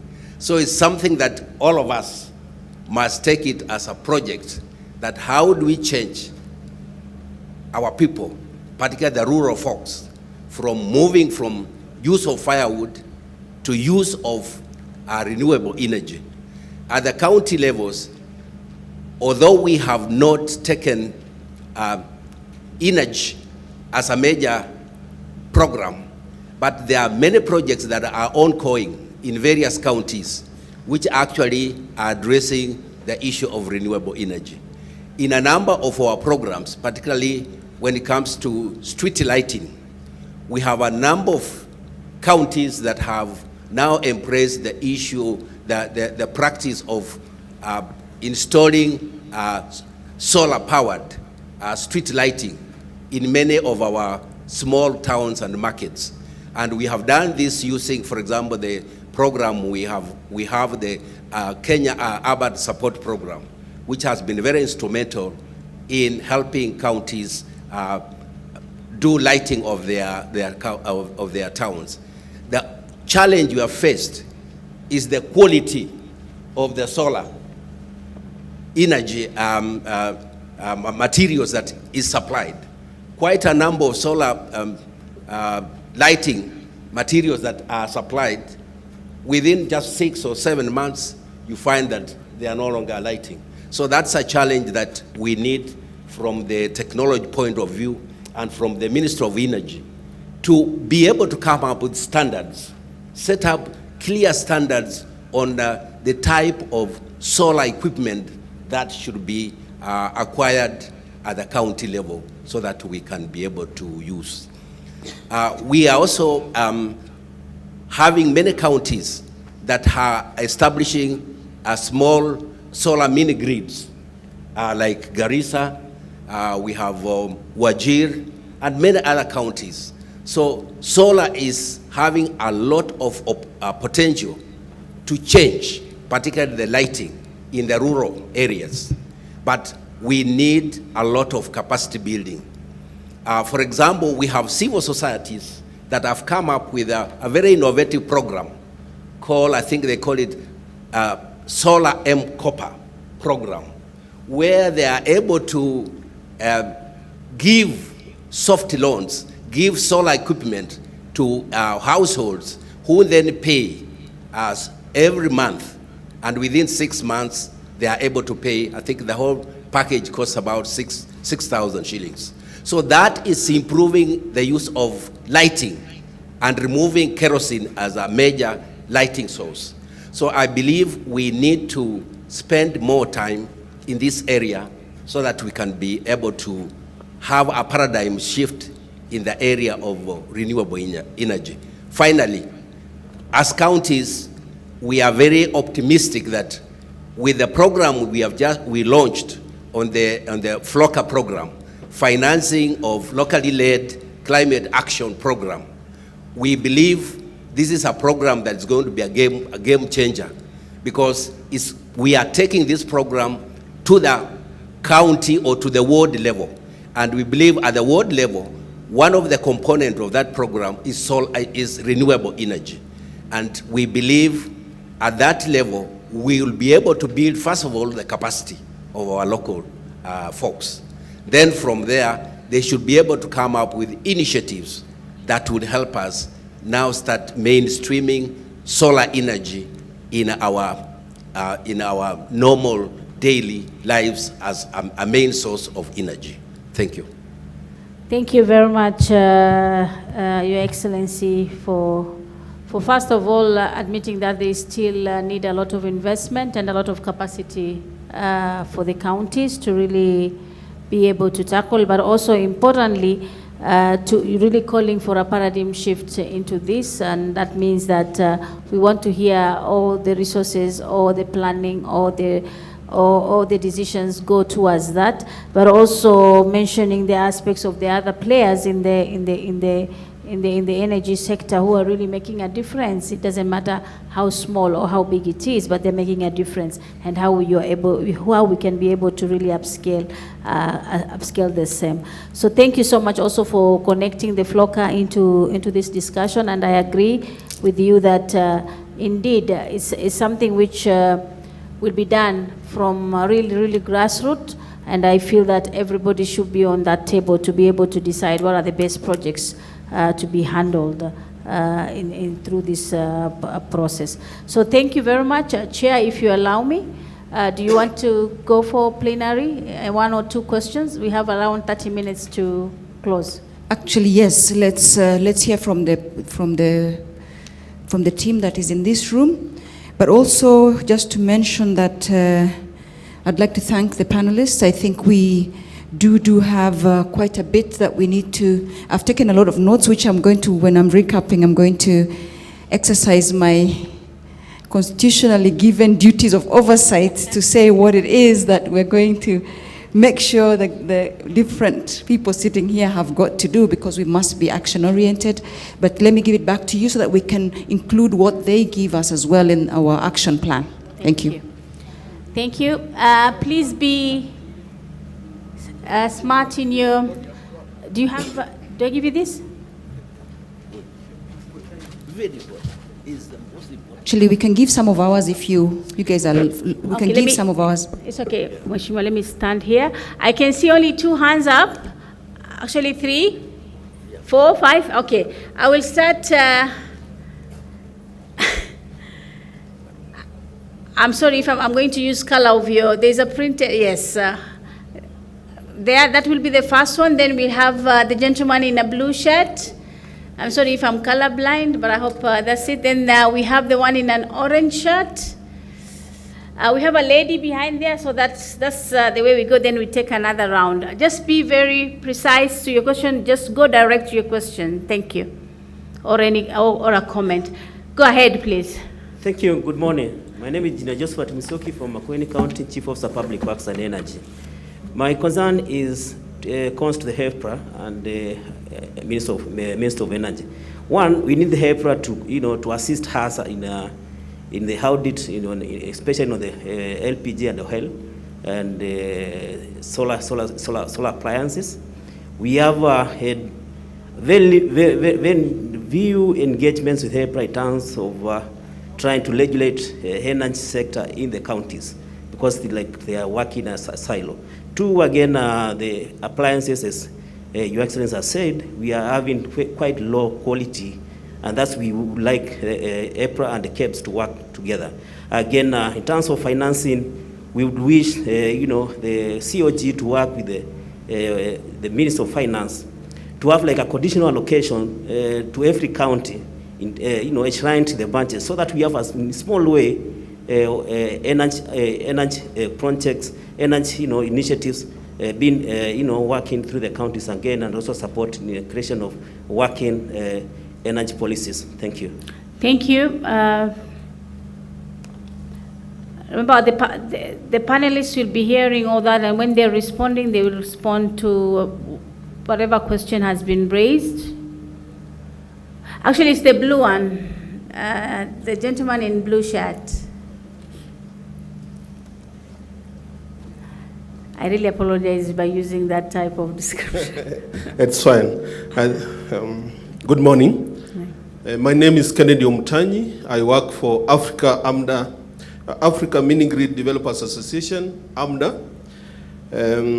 My question goes to the DG, EPRA, Mr. Daniel. One, the mini grid regulations, I think we've come a long way, and they were almost there, but of late it is slowed down. And we think that the mini grid regulations would be really helpful in scaling up electrification. So if you could just tell us where they are, and if it is possible that we can finalize within this year. Thank you. Number two. Oh, you have another one. Yeah, I have three, sorry. Number two, the 15-kilometer buffer zone is a hindrance to electrification. Is it possible that it can be removed so that the communities living around there can also be electrified? Number three, subsidies. We also need subsidies from the national government or the county governments. I think we worked very well with the Turkana County, and I think we could use it as a model whereby they have also put in subsidies with our mini grid developers there, and it has really worked very well. Is it possible that we could get the private sector could get subsidies from the government to scale up electrification? Thank you very much. Thank you very much. The gentleman in orange.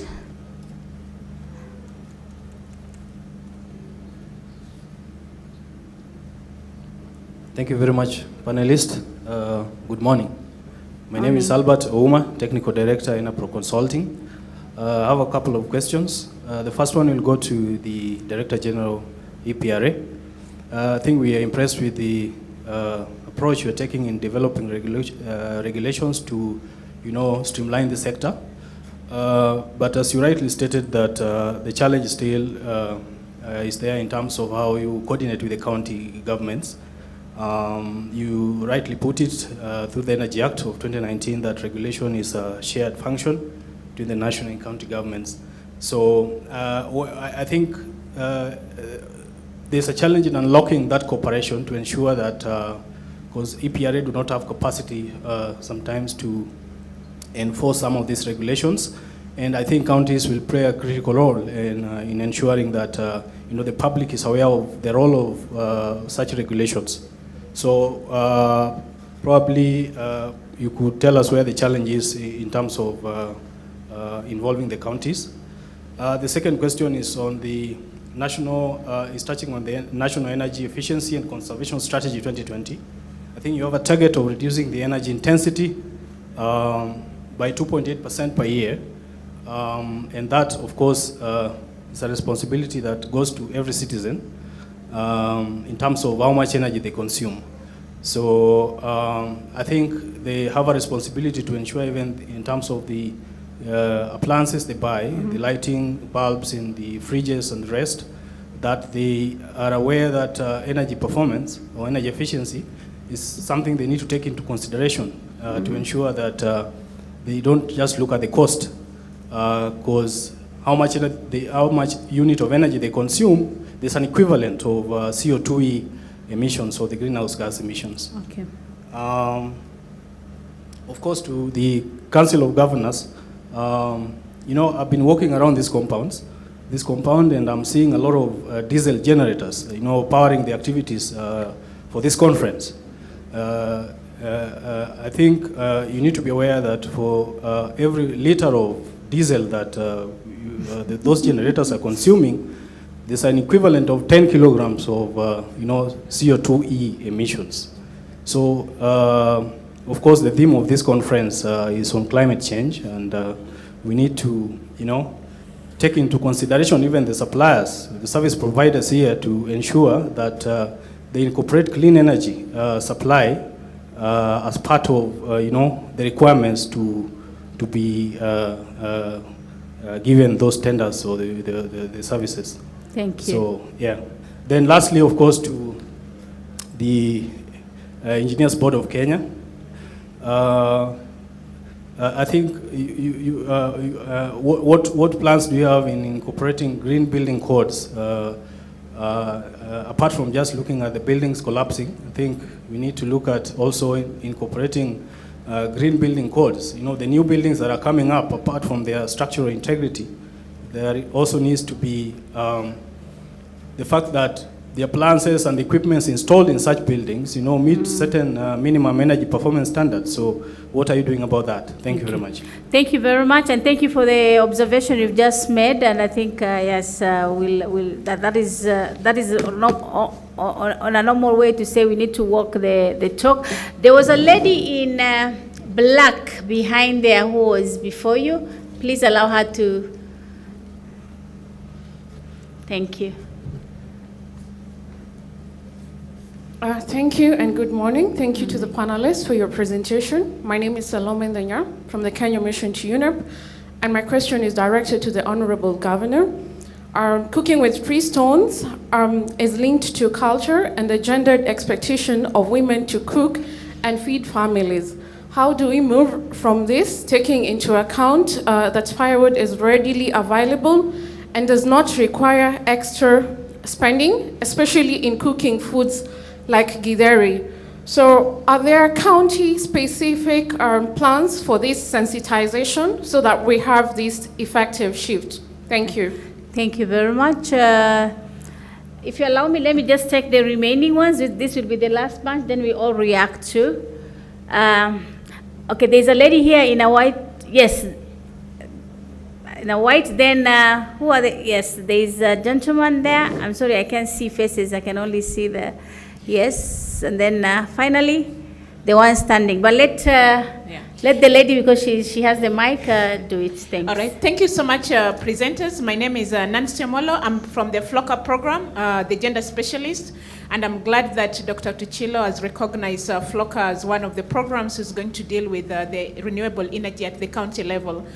So I think when you talk about energy, we should consider energy as a development issues, because when we work with the counties, we realize that there's inequality in access to clean energy, especially LPG among the counties.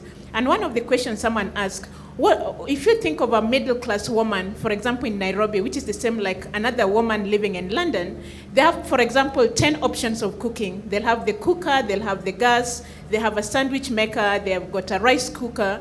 But when you go to the rural place, you find that the women only have kind of one option of cooking.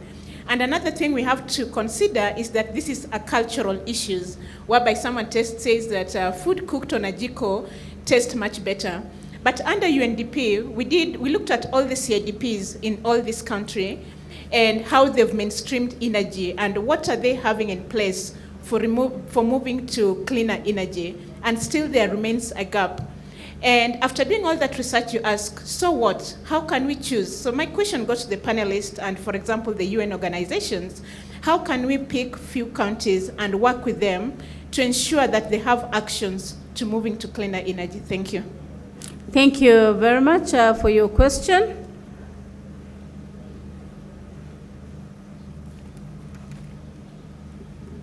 Good morning, everyone. I'm Joseph Kakuru, founder of Qtron Industries. Mine solutions to some of the challenges that the gentleman was talking about. Number one is about solar panels, and the systems are installed, they only last for 6 months. If you go to our tent 136, we have a solution for new batteries called lithium iron phosphate batteries.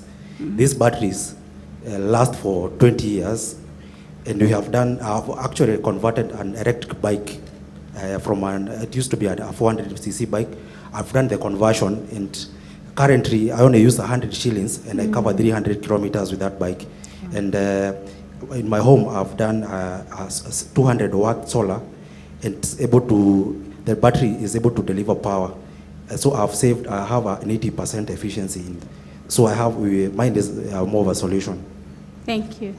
Thank you. I think that's very, very important. The only thing is now to really upscale that to other levels. Thank you for bringing out that. And then finally, we have, yes, the gentleman in a printed t-shirt. Yes, my name is Timothy Namaswa, working for K-Free as a research scientist. My question goes to the Governor, His Excellency. In Kenya, currently we have a ban from harvesting trees from the forest. Now, in terms of charcoal, this is having a negative effect because I cannot take my efficient kiln to the forest so that I can convert charcoal efficiently. So people have reverted back to old technologies that are more efficient, so that when you are got, you just run away and leave it. That's affecting effective or efficient production. This is also affecting utilization of most invasive species like prosopis, which are supposed to be managed through utilization. So with this ban, and these trees are found in community land, they are also affected. So as a governor at the county level, what's your take on this? What's your comment? Thank you. Thank you very much for bringing out the aspects of the ban against the practice in the... I was told there was also somebody from Makueni who wanted to say something. Okay, please go ahead. Here at the front, the middle. So after him, we'll be able to allow the panelists to respond, and we'll have the closure by the governor. And then finally to the chair of the session. Go ahead, please. I don't come from Makueni, I'm from Uasin Gishu. But I raised my hand because I'm in Makueni. My comment, go ahead, please. My comment goes to Director General EPRA, Mr. Kipto. This country is rich in energy. Just as been mentioned, we have capacity of 15,000 megawatts of geothermal, among others. But our challenge is the monopoly of Kenya Power, which signed off a very expensive thermal power that we can never come out of it without compensating over 600 billion shillings to those power owners. I think that is the elephant in the room. Unless we get a way out, either of allowing other players into the game, energy source in this country will be beyond the reach of the ordinary people. We cannot hide ourselves out of it. When you are selling at 18 shillings a unit, and you are buying from Kengen at 4 shillings, among others. The elephant in the room is the agreements that were signed by government officials on behalf of KPLC, committing to buy energy at an exorbitant price. Number 2 is about charcoal. I come from Uasin Gishu, where 2 sub-counties in Uasin Gishu use wattle trees as a cash crop. People lease land to plant those wattle trees, and its function is to make charcoal. Originally, they removed the bark for turning in thicker, but the wood is used to make charcoal. And it has a lifespan beyond which you cannot be able to extract the charcoal out of it. Now, the government ban has affected hundreds of farmers or thousands who cannot harvest the tree which has come of age. It has inconvenienced people who have leased people's land, and they cannot harvest the tree. The time has expired, and they are in a quagmire. I think the government needs to be having policies that don't create confusion. The desire to conserve the environment by not cutting trees has hindered people who have leased land for the purpose of harvesting trees. How will the government compensate people because of their regulation? Because some people are now 3 years out of time. So I want to ask the ministry and the departments concerned that the right hand should know what the left hand is doing. Thank you. Thank you very much, Your Excellency, for the 2 concerns, and I think they will be responded to by our panelists. So if panelists, I think there is a lot. Some, of course, were comments and recommendations and innovations which are out there, but I think I will allow each one of us in 3 minutes to say something as we close closure will be by our Excellency Governor, and finally the chair of the session will be able to wrap up the session. So let's start from my far left. Thank you very much. I think I will respond to 2 questions. One which was raised by Salome, looking at cooking culture and how that affects the transition to clean energy. And also there was a closely related question by the lady from Floka that has to do with the fuel or stove stacking, which is basically keeping a range of cooking technologies in the house. So on the first issue of how culture affects this transition, this is a very pertinent question, because when I talked about the prevalence of the 3-stone open fire, why it refuses to go away is because, why it is a market leader, it's because of its attributes. One of them is the fact that it is available freely. Anybody who wants to set up a 3-stone cooking place, you need 3 stones and you are gone. The other one is about its ability, its adaptability. It can use multiple cooking pots. You can adjust it depending on the size of your family or the number of people you are cooking for. It is maintenance free. Once you establish it, you have it for good. So what is this telling us? That these are the technologies that we are introducing that have to compete with the 3-stone open fire, have to match up those expectations.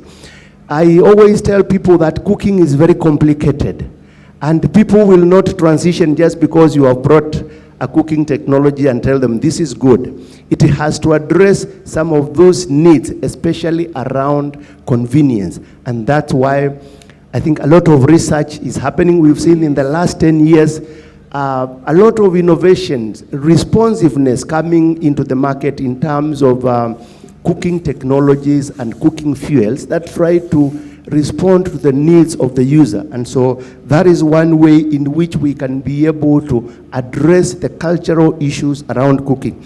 And then the other point that was raised by the lady from Floka also, talking about that practice of keeping, that the fact all of us here In our houses, you will find the LPG, you will find a microwave, you will find an electric kettle, you will find a charcoal jiko somewhere.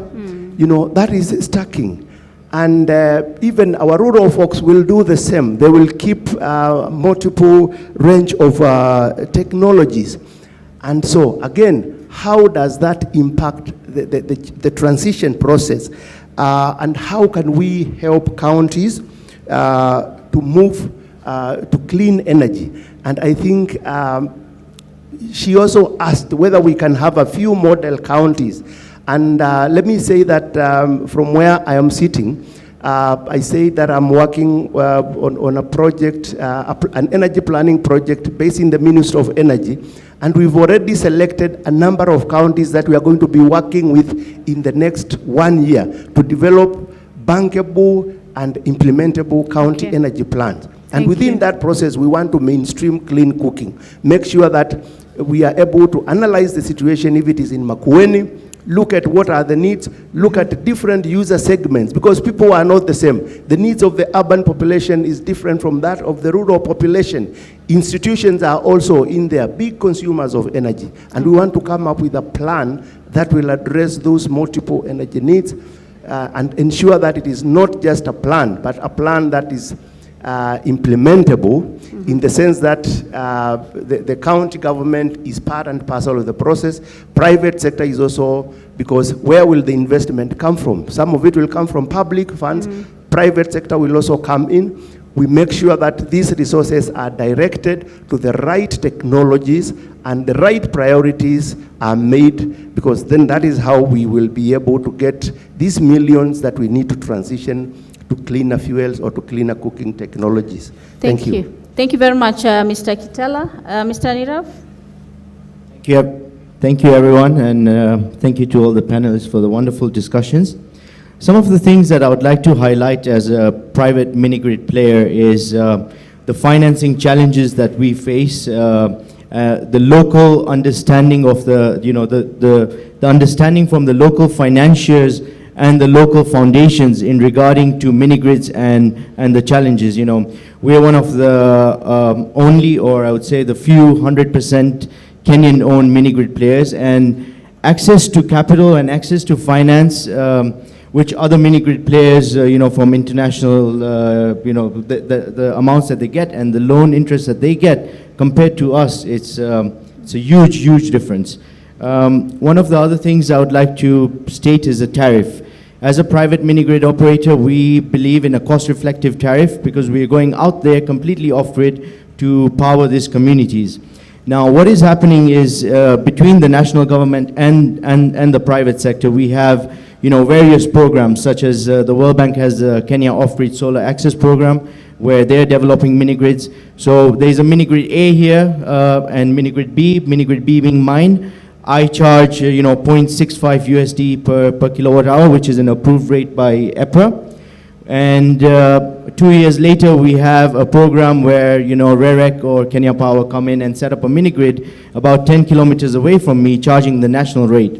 So the people on the ground, they're looking at it as this is a solar plant and this is a solar plant. You're overcharging me, so I'm going to shut you down, not knowing that this is private capital, and this is where subsidies should come in. So why does the government, when they connect people, they get the subsidies, but when a private person goes in to do the same agenda, is to electrify people, we do not get the subsidies, and we have to charge a cost-reflective tariff, which, if I tell you, for Turkana or for Marsabit, charging, 65, 70 shillings is really high.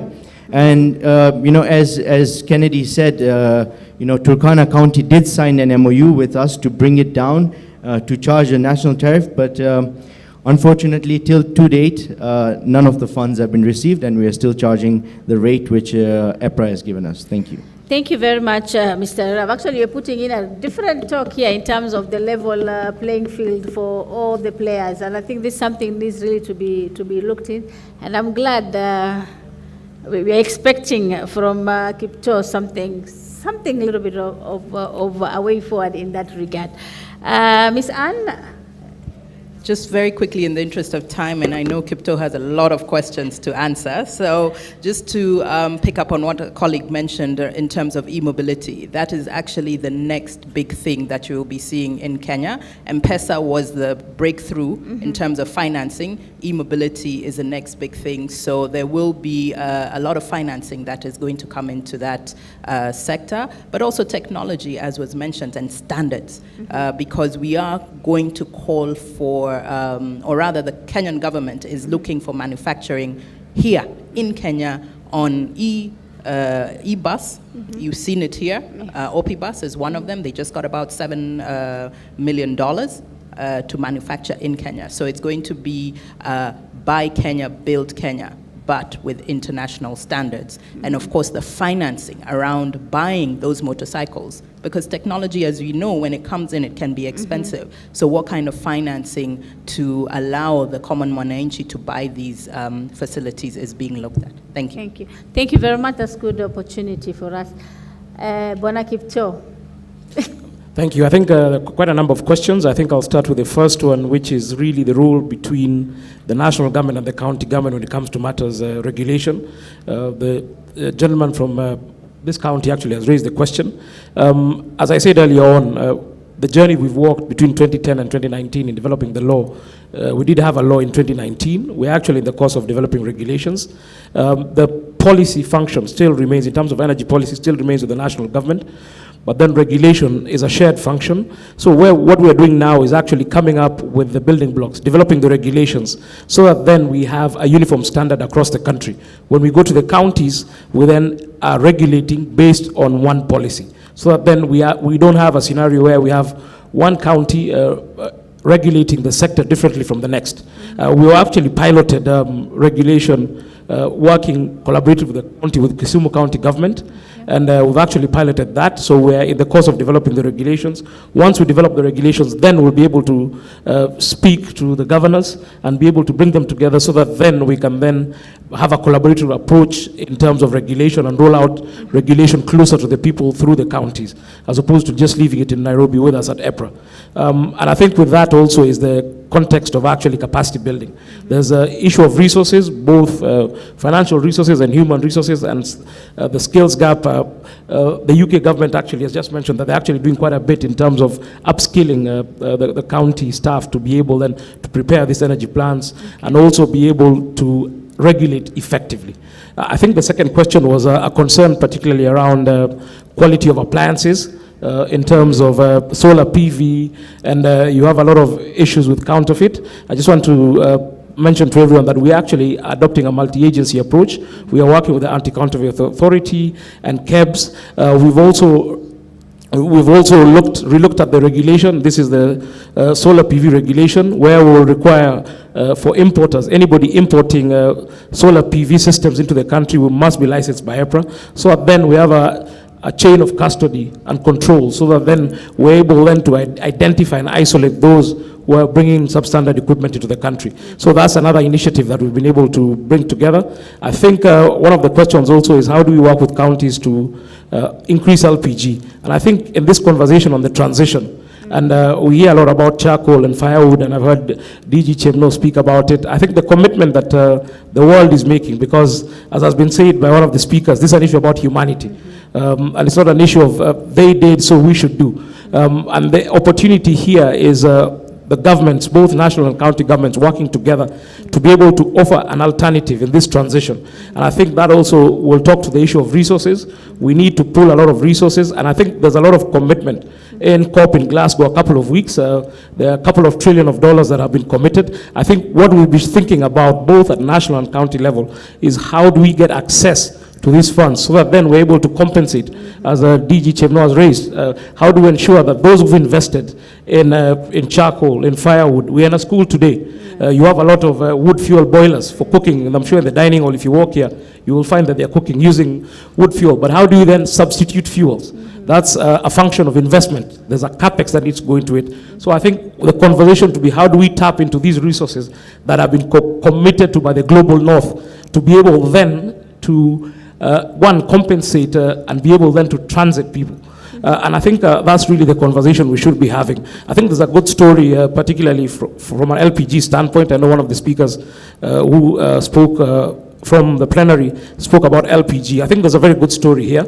We've been able to increase consumption of LPG per capita from about 2 kilos about in 2012, and as at the end of last year, we're about 7.5 kilos per capita and growing. I know the government is doing quite a bit in terms of increasing access, particularly for LPG, working, for instance, with the National Oil Corporation on a Mwananchi gas project, because one of the challenges of access to LPG, one is access to the receptacles, the gas cylinders. And I think also the other challenge has been the ability to buy in what we call the Kadogo economy. And I think there's a lot of initiatives and innovation, technological innovation, pay-go, that is coming through where somebody is able then to buy gas on a daily basis through M-Pesa, and that really will help in accelerating the transition. I think also on energy access, one of the questions that was asked was an issue of subsidy, particularly in terms of increasing the radius in terms of electricity access. I think this is a trade-off from where it is economically viable for the utility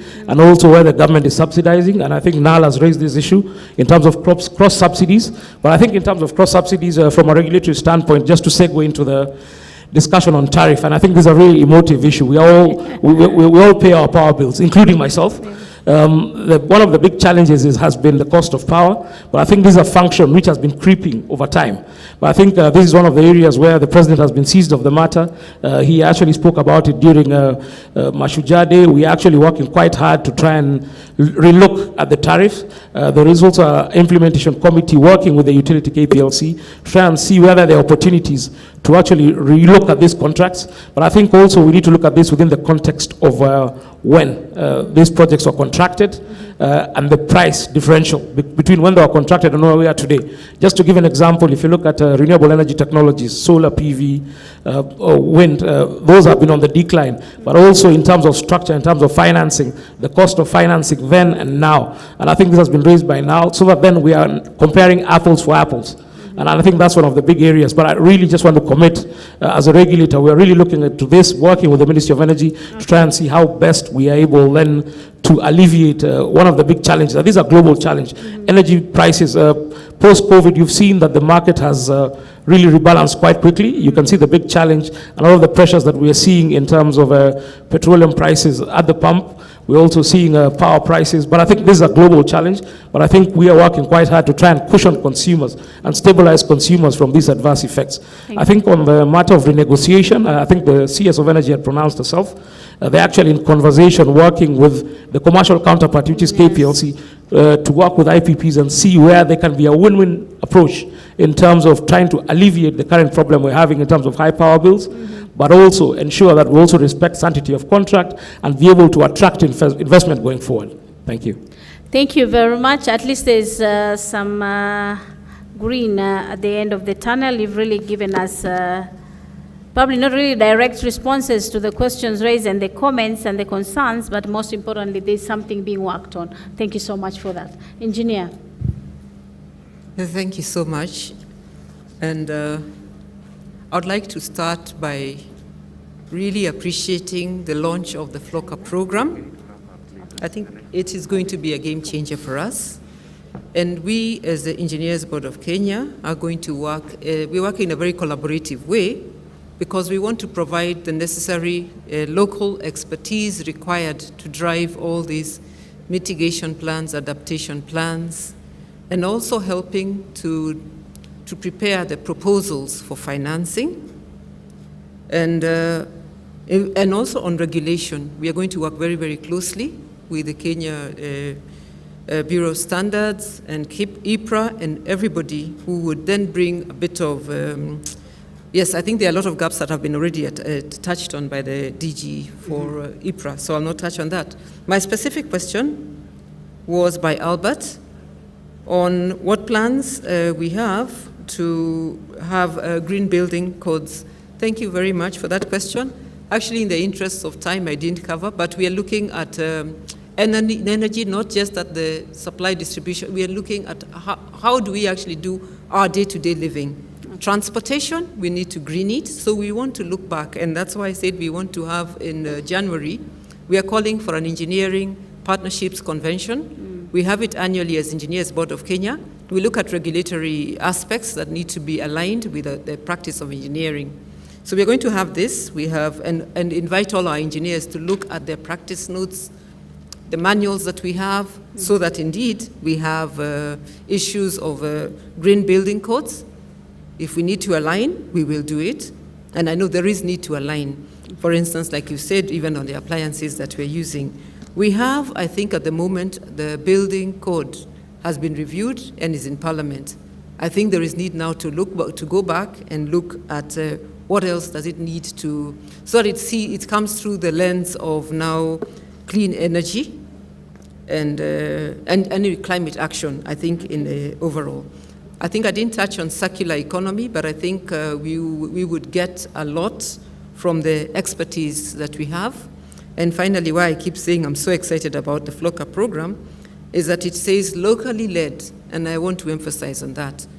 As the Engineers Board of Kenya, we are regulating and registering and licensing local engineers. We also have foreign engineers, but we want to build our local capacity for sustainability. So we are calling on all of us, please use the engineers who are on the roll. We register them after very careful assessment. We are also going to align the curriculum for training to be aligned to climate action plans.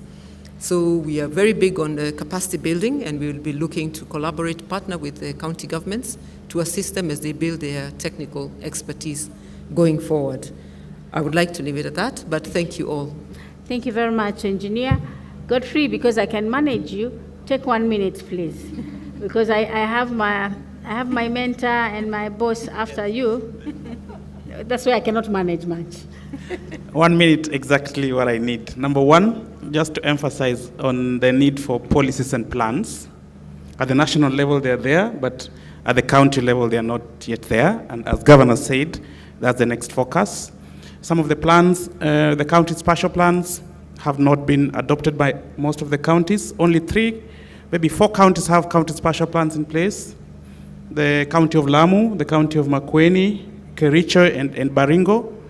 Important for all the counties to really prioritize the spatial plans, because that's where you allocate the space for where the forests will be, where the woodlots are going to be, and how it links into the energy needs. Number 2, programs and projects.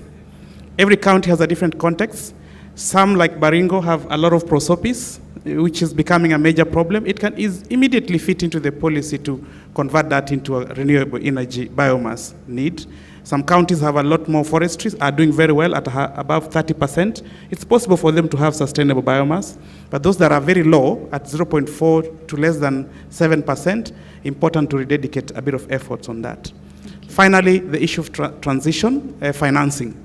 It's very expensive to tell my mother or my grandmother to throw away the 3 stones when she does not have the money for LPG, when she does not have the money to invest in these new technologies. So a lot of this financing, and I'm happy Angweni from the UK has said opportunities exist.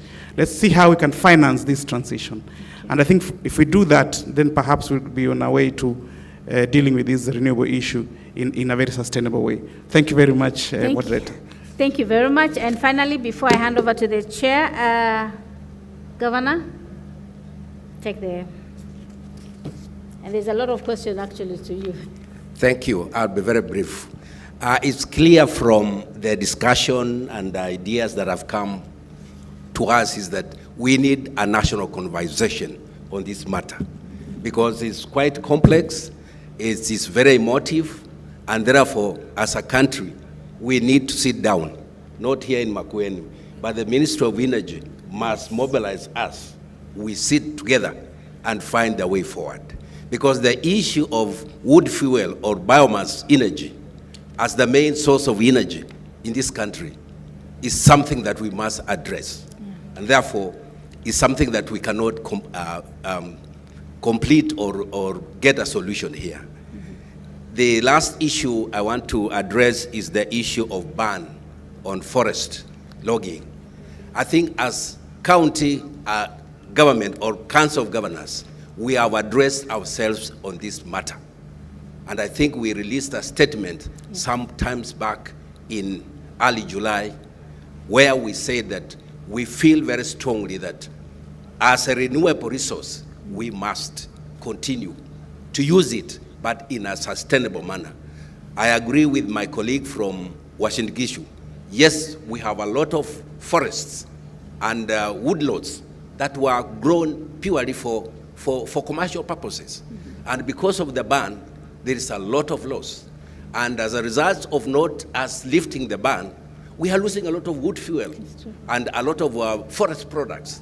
So we still would want to use this forum to appeal to the Ministry of Environment and Forestry to reconsider the ban and be able to see how best to lift that ban, but in a more systematic manner. Thank you. Thank you very much. And with that, I would like to say thank you so much for the opportunity to moderate all of you. Now I'll hand over to the chair of the session, Honorable.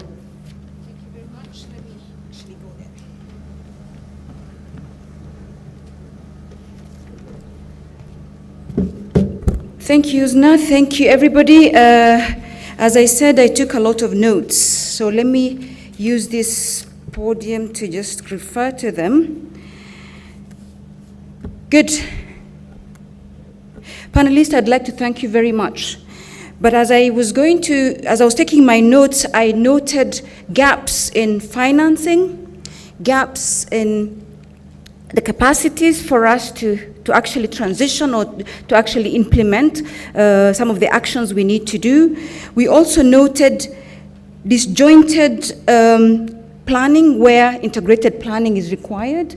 I also did, because of the interdependencies between, say, energy, water, environment, looking at biomass and carbon emissions. Again, what we've seen even within the counties, Your Excellency, is that even where there exists energy plants, very disjointed, very standalone, and not looking at other dependent sectors such as water, for instance. What does, clean energy mean for withdrawal of water? What does clean energy or dirty energy mean for biomass and the rest of it? So again, as maybe perhaps our supporters and our partners here, we've seen DFIDs here, we've seen a lot of different private sectors here, is also to make sure we get it right by ensuring that we have integrated planning. I know a lot of you have asked questions, perhaps even to our DG of EPRA, where he has not answered. Rest assured, Parliament will ask and make him answer on your behalf. This is what I'll assure you, and this is why I am the chair of this committee. I have worked with him. I know we will also, with these notes, invite them back to ensure that some of the issues that you have raised, be it financing of mini grids, for instance. And one thing I need to give feedback to the energy sector, sitting as a legislator and oversighter and representative of the people, is that you're not using your parliamentarians enough. Other sectors use their parliamentarians enough. They tell us what is happening, where the gaps are. For instance, I haven't heard from the Mini Grids Association the disparities between the subsidies provided to the government-led initiatives and the private sector. If we did, we would have put them to account, because that's the job you've given us to do. So please use us. We will make sure that where there are disparities, we will make sure that those disparities and those gaps are taken care of. So again, I've also noted the energy sector policy, which should connect to innovative market-based solutions, such as the mini-grids. I see again, our policies are not connected to innovative market-based initiatives. Where they are not financed. And we're going to be calling you back, inviting you, Bwana Kito. I know you're a permanent resident of my committee. I am in the Energy Committee of the Senate. We need to see that direct line of sight between our national and county policies and those innovative approaches, be they mini grids, be they off grid, be they village grids, be they power auctions, as the DFID lady Anna has told us. Places like Ethiopia already auctioning power. Kenya is a leader in clean energy. Why are we lagging behind? Why do we have all these disconnected, energy policies? What instruments have we used specifically for financing and for transitioning? I know our UN colleagues are talking about transitioning. In Africa, we probably don't even need that much transitioning because perhaps there are no big investments from which we are transitioning. So it could be very easy to leapfrog into some of these things without actually talking of the same things that the first world is talking about. When the first world is talking about transitioning, they have all these stranded assets, huge brown industries that they are trying to then transition from without losing so much. The three stones are not hard to transition from, are they? So we'll make sure they may be hard because of the cultural aspects, but in terms of the financial investments, in terms of the policy directions, they shouldn't be that difficult. When we needed to move from analog television to digital television, we took the hard stance to just switch ourselves off and start. What do we need to do in the energy sector that is revolutionary, that is innovative, and that we just switch ourselves off and move there? And we cannot only look at the private sector and the NGOs to do this, because when I looked at the session on access, it was given to my colleague from the clean energy cooking and to our colleagues at DFID. That's wrong. We need, as government, and this is to the energy sector, to put in place access that is sustainable, and access that's sustainable is financed by us, right? We cannot expect sustainability when we think that access should be given to us from outside. And this is one thing, again, we will invite you back to tell us just how you're going to domesticate our access issues. And finally, I don't want to, because I can go on and on when it comes to this subject. We were told about the paradigm shift to address climate crisis in Africa, and some of the key instruments such as green bonds and specific energy projects, grants and guarantees to support private investments that have access to give access to the poor. Again, Bwana EPRA, I need to see what plans you guys have for these kinds of innovative financing paradigm shifts, not the business as usual where we say we want to see how we can access some of the things that have been offered at COP26, for instance.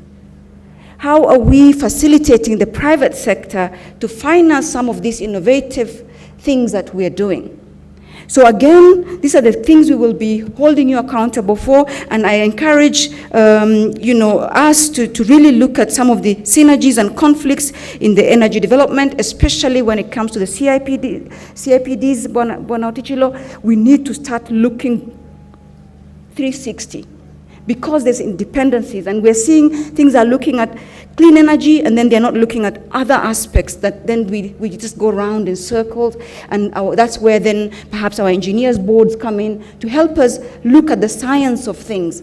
What are the dependencies? What are some of the things that we need to be looking at?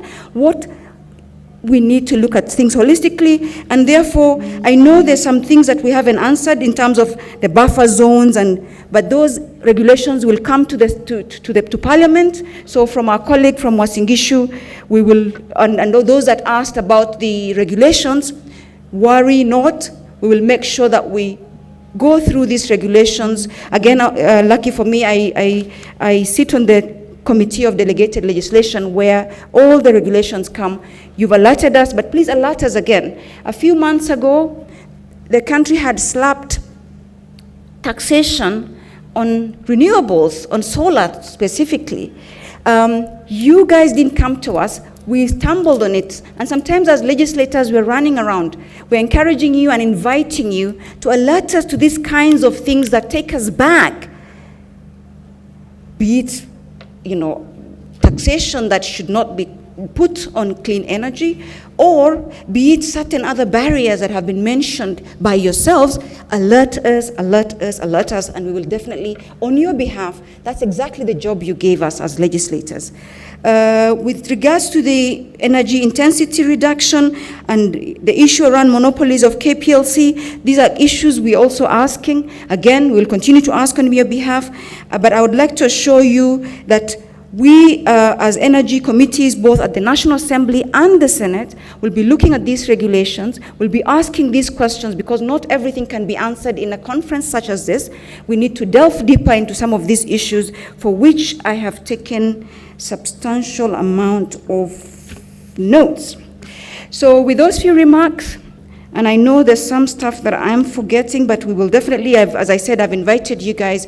Our contacts are there. The energy committees can, on your behalf, always intervene. Because in the case of the taxation, we were able to intervene and actually reverse it back to zero taxation until at least for the foreseeable future. So this is such is what can happen if we work together.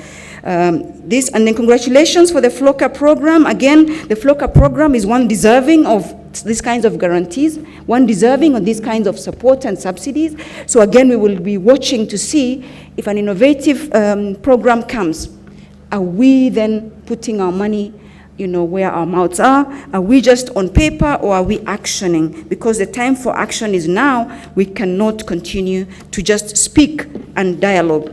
I thank you, but let me thank my panelists. Thank you very much, and yourselves. We look forward to actually breaking down all that has been said at COP26, but also I would like to congratulate my own country, Kenya, for having this conference focusing on such a topical issue, but not just focusing, also actioning it and making sure that all sectors have been brought together. So please allow me, as the chair of this session, to thank all these participants that have come. We have the Ministry of Energy, we have EPRA, I'm not sure if we have REREC and KPLC here. Again, the United Nations, thank you for giving us a very good moderator. GIZ, Practical Action, ICRAF, SNV, World Bank, DFID, the private sector, we have Renewable Energy Association, Kenya Green Building, Clean Cooking Association, again, there's Roots Kenya, Kenya Private Sector Alliance, Africa Mini Grid Developers Association, CIFK, the government, the Senate of Kenya, the National Assembly, Governor Kibwana for the wonderful facilitation here today. And if there's one takeaway we need to do today as this sector, use us as your representatives, so that we make sure that our ministry and our other players are held accountable, but your issues are also getting representation. I thank you, and God bless.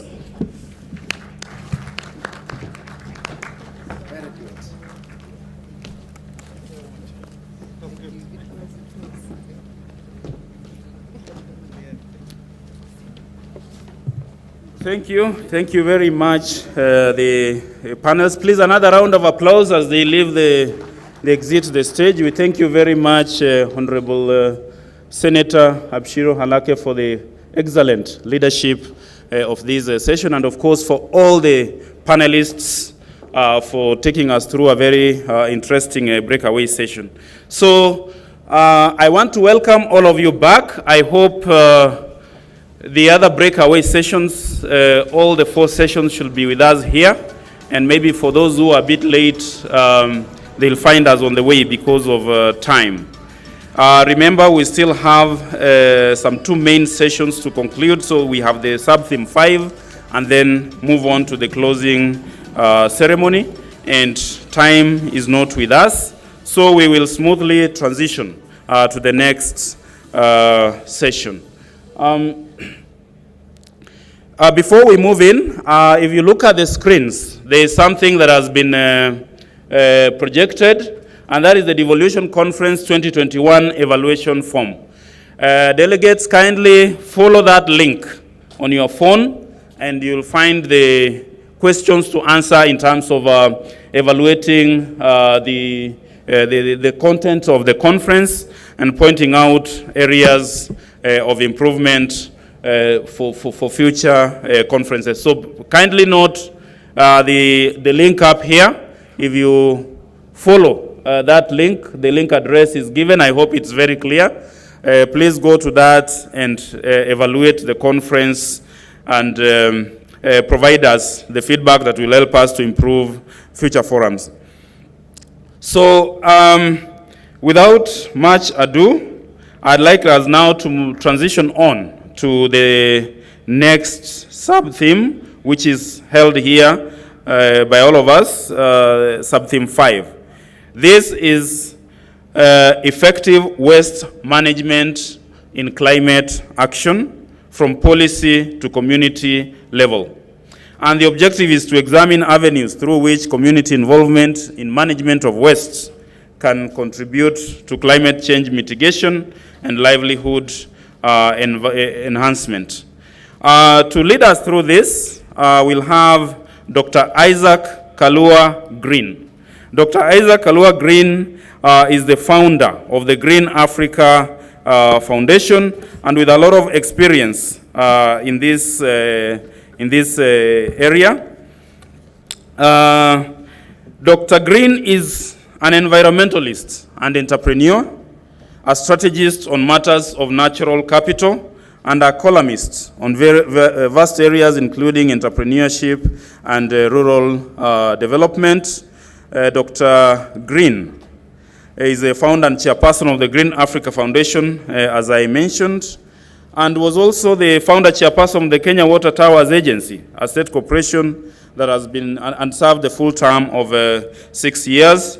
He has an advanced studies, Doctor of Philosophy in Humanities, and his area is persistence in matters rural development, and has received various awards for the excellent work that he has done in this area. So there is no any other better person to lead us through this important discussion that is linked and core to the main theme of the conference than Dr.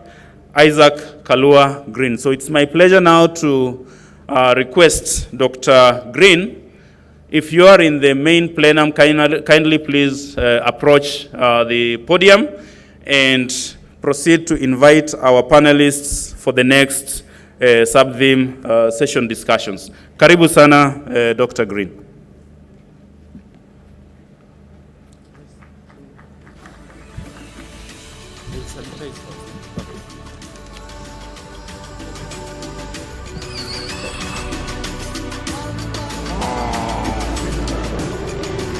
I warmly invite you to this very important session. I assure you that it will be an interesting session because it touches the lives of very many of us and many of Kenyans. And I will try to make it as lively as possible because I know that most of us would like to participate in one way or another. And the theme is very clear. And the objective is to examine the avenues through which community involvement in management of waste can contribute to climate change mitigation for livelihood enhancement. And therefore, we are talking green money here today. And to take us through this session is a very, very powerful panel. And I will ask that as I call them, you will appreciate them by putting your hands together, because I will try to save us time so that everyone feels that they have participated in this very important session. So please, as I welcome them, I want you to appreciate them in a very special manner. And the first one to call on the podium is Nzambi Mate. Nzambi Mate, as I read your profile, please proceed to come here. Nzambi Mate is an inventor, an engineer, an entrepreneur with background of physics and material engineering from Jomo Kenyatta University. She is the founder of Jenge Makers and sustainable and alternative and affordable building products. She was awarded as one of the young champions of Earth Prize in 2020 for transformative project on environment. The project involves converting plastic waste into lower cost alternative building products and thus reducing plastic waste pollution. Ladies and gentlemen, please appreciate her. Mr. Boniface Mbidi is the next one. Boniface is a recognized young CEO and entrepreneur with strong professional background, experienced leader with demonstrated history on working in the information technology and NGO and services industry. He is e-waste recycling and circular economy expert, skilled in IT, law, strategic management, and global youth leader. This is a man that has participated in distributing thousands and thousands of computers across Kenya through the Computer for Schools. And he has done great work at Sunculp Africa Awards 2021 and leading innovative companies in Africa. He's a great young man. I wish you would appreciate him for him to feel nice. Thomas Emil Jensen is a sector councillor for environment and co-chair circular economy and resource efficiency in Royal Danish Embassy, an institution that is really blessing Kenya with so many ways. In this function, he links up key environment actors in the Kenyan government and civil society with Danish environment authorities, and thereby exchanging best practices and assisting Kenya in achieving the country's bold aspirations of a greener and more sustainable future. Thomas has also served as head of minister's office in Danish Ministry of Environment. Let's appreciate him. And I'll call upon Mr. Michael Koech. Michael Koech is the manager responsible for climate and environmental management at Safaricom. He has a wealth of knowledge and experience on sustainability, climate change, occupational safety, health and environment, management, having worked in sustainability in EHS and at Unilever and Savannah Cement before joining Safaricom in the year 2012. At Safaricom, Michael has been instrumental in implementation of key environment and sustainability initiatives, which include e-waste management programs, integration of climate and SDG 12 into business, ISO 41 to the strategy, and our air quality monitoring project and carbon footprint management. He's also a member of Safaricom sustainability team. Leading the environment pillar, Michael serves as a board member in a number of sustainability groups, including Business for Nature, Kenya Private Sector Alliance, Environment Sector Board, where I'm part of, and I'm glad that he's joining us today, and leading the climate change pillar and National E-Waste Steering Committee or Council. Please let us appreciate Michael Koech. You have not done very well in welcoming my guests, so I am afraid I'm not sure whether I'm going to do it very well for the next guest, because we are trying to balance the agenda here. I am seeing it, we are not doing very badly, but please, I want to welcome Senator Architect Sylvia Kasanga, MP. Sylvia Kasanga began her career as an architect 16 years ago, gaining unparalleled experience as the founder and managing director of SICAM Solutions Company. She is a council member of Chartered Institute of Arbitrators Kenya and advocacy committee member at African Arbitration Association and a member of the UK Chartered Institute of Arbitrators. Currently, she is the vice chairperson, Standing Committee on Roads and Transportation, working as a nominated senator. Sylvia has been championing for the empowerment of youth and women in rural areas, having piloted various local level projects promoting inclusivity, public participation in governance, and all forms of development. Ladies and gentlemen, Sylvia Kasanga. I hope she will be coming in soon. Thank you so much. And now, to a very important person again, just like every of my panel today. This lady is currently the Director General of the National Environment Management Committee, NEMA.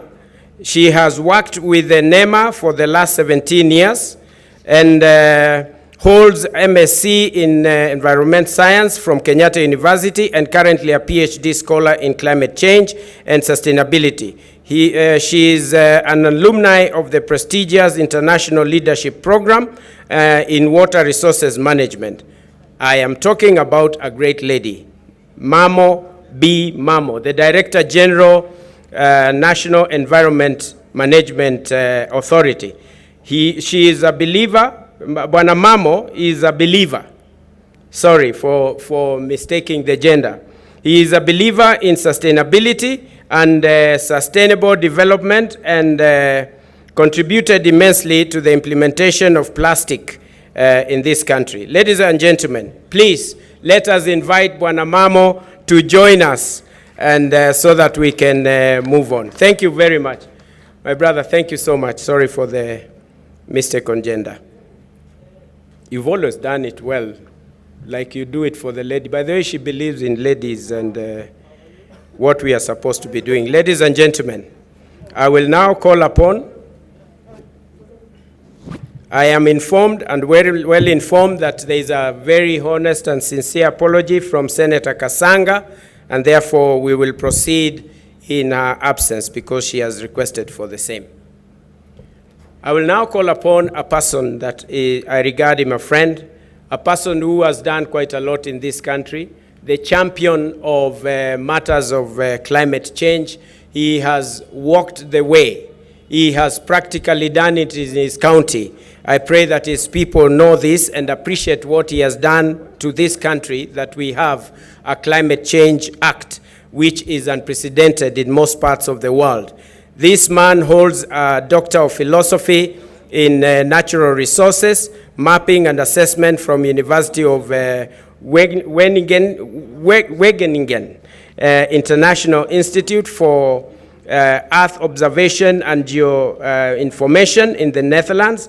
He has a Master's of Science degree in Biology of Conservation and Ecology from the University of Nairobi, and a Bachelor of Science degree in Zoology and Botany from University of Nairobi. He also holds a postgraduate diploma in National Resources, Planning and Management from the Colorado State University in the USA. Before joining politics, I now have to reveal who I'm talking to and whom I'm referring to. We are talking about His Excellency the Governor, Dr. Wilbur Otichilo. And before joining politics, he worked as a Director General for Regional Center for Mapping Resources and for Eastern and Southern Africa, which is an affiliate of UN Economic Commission for Africa. He joined politics in 2007 and was elected Member of Parliament, and currently is a governor for Vihiga, a man who has empowered people from his county in a very profound manner. Ladies and gentlemen, let us appreciate Governor Dr. Wilbur Otichilo.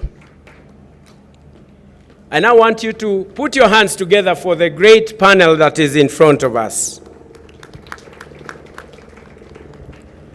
Ladies and gentlemen, and on behalf of the team that is attending this session, we are here for a very, very practical session.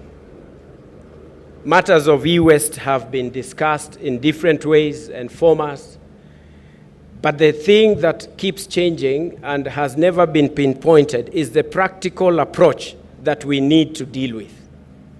Out of the discussion that we are going to have, out of the questions that I may ask you, I want to request that you take it further, not just by answering the question, by taking it practically, so that out of the resolutions that we are going to have today, we truly have something that would make the people at the grassroots, people at the ward level, to understand, including education. When you deal about matters of e-waste, matters of waste management, we have all been affected. The recent study that was just released a few days ago showed that climate change has affected 85% of people globally. This we all appreciate. If we come to our country, then we are talking of 39 million people have been affected. And it has gone so deep that everyone who is here in this conference has been affected in one way or another. I'll give you an example that many people may not imagine that it is. And when you look at the water, because of lack of water, there is a lot of boreholes that are being dug from different places without even following the ways and formats that we are supposed to be using. And therefore, people are digging boreholes next to each other, and what they are eventually doing, they are taking the hard stuff, human waste, directly on their table. That is a fact. You're here on such an important session. Why is it that we do not have sewer systems in our counties, that even Nairobi has implemented not more than 30% or 20%? Most of the counties across the country do not even have a sewer system that is working. How can we turn this waste into money, pockets into the groups of people and communities so that they can deal with this to enhance sustainability? You're handling such a sensitive thing that every Kenyan wants to know. And therefore, the questions that I will ask may not give you the real thing that Kenyans want to hear. And therefore, I will leave it at this point because I want to hear the economics of it, the challenges, and solution.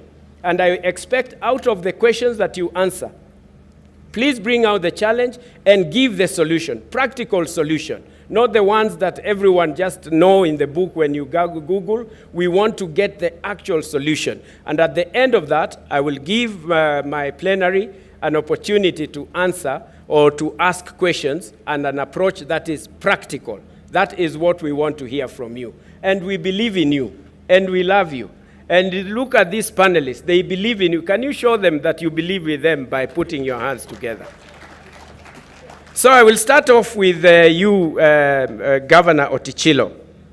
As the Chair of Environment and Climate Change, what key lessons can you propose to enable counties effectively manage waste? And I have a second question for you. I'm sure you can handle. How can county governments, in their way of dealing, they are striking the balance, how can they strike the balance between waste management and climate change within the glaring priorities? Please deal with this, and I give an opportunity. If you feel that you want to add on a point, let it be free, not just open. If you feel that that point might come at that point and you need to add value so that the team that is doing a good job of evaluation and taking notes will be able to take it home. Welcome, and I appreciate you. Thank you, Governor Otichilo. Thank you very much for this opportunity. First, I want to say that this is a very important topic as regards to climate change. It's a topic that must be addressed at all levels, from the national level to the household level. For a long time, waste has been regarded as a menace. It's seen as something that is not desirable. But with the new innovations and technology, waste is a big resource, and it's a big money earner resource. So as counties, we have resolved that we must manage waste as a resource. And in the process of managing waste, we must look at the opportunities within this resource and see how best we can utilize. We at the Council of Governors, we believe now in circular economy, where we recycle everything, and there should be nothing that is useless in the whole process of recycling. Allow me, Chair, to make a few observations on what the counties have done. As we are aware, we already have policy on waste management, and I'm happy EMCA is here, who have prepared that policy. We also have a legislation on waste management. Want to report that more than 28 counties in this country have already adopted those legal frameworks, and they are in the process of implementing them. We also have other remaining counties in the process of adopting those legal frameworks so that we can be able to put them as our legal frameworks within the counties.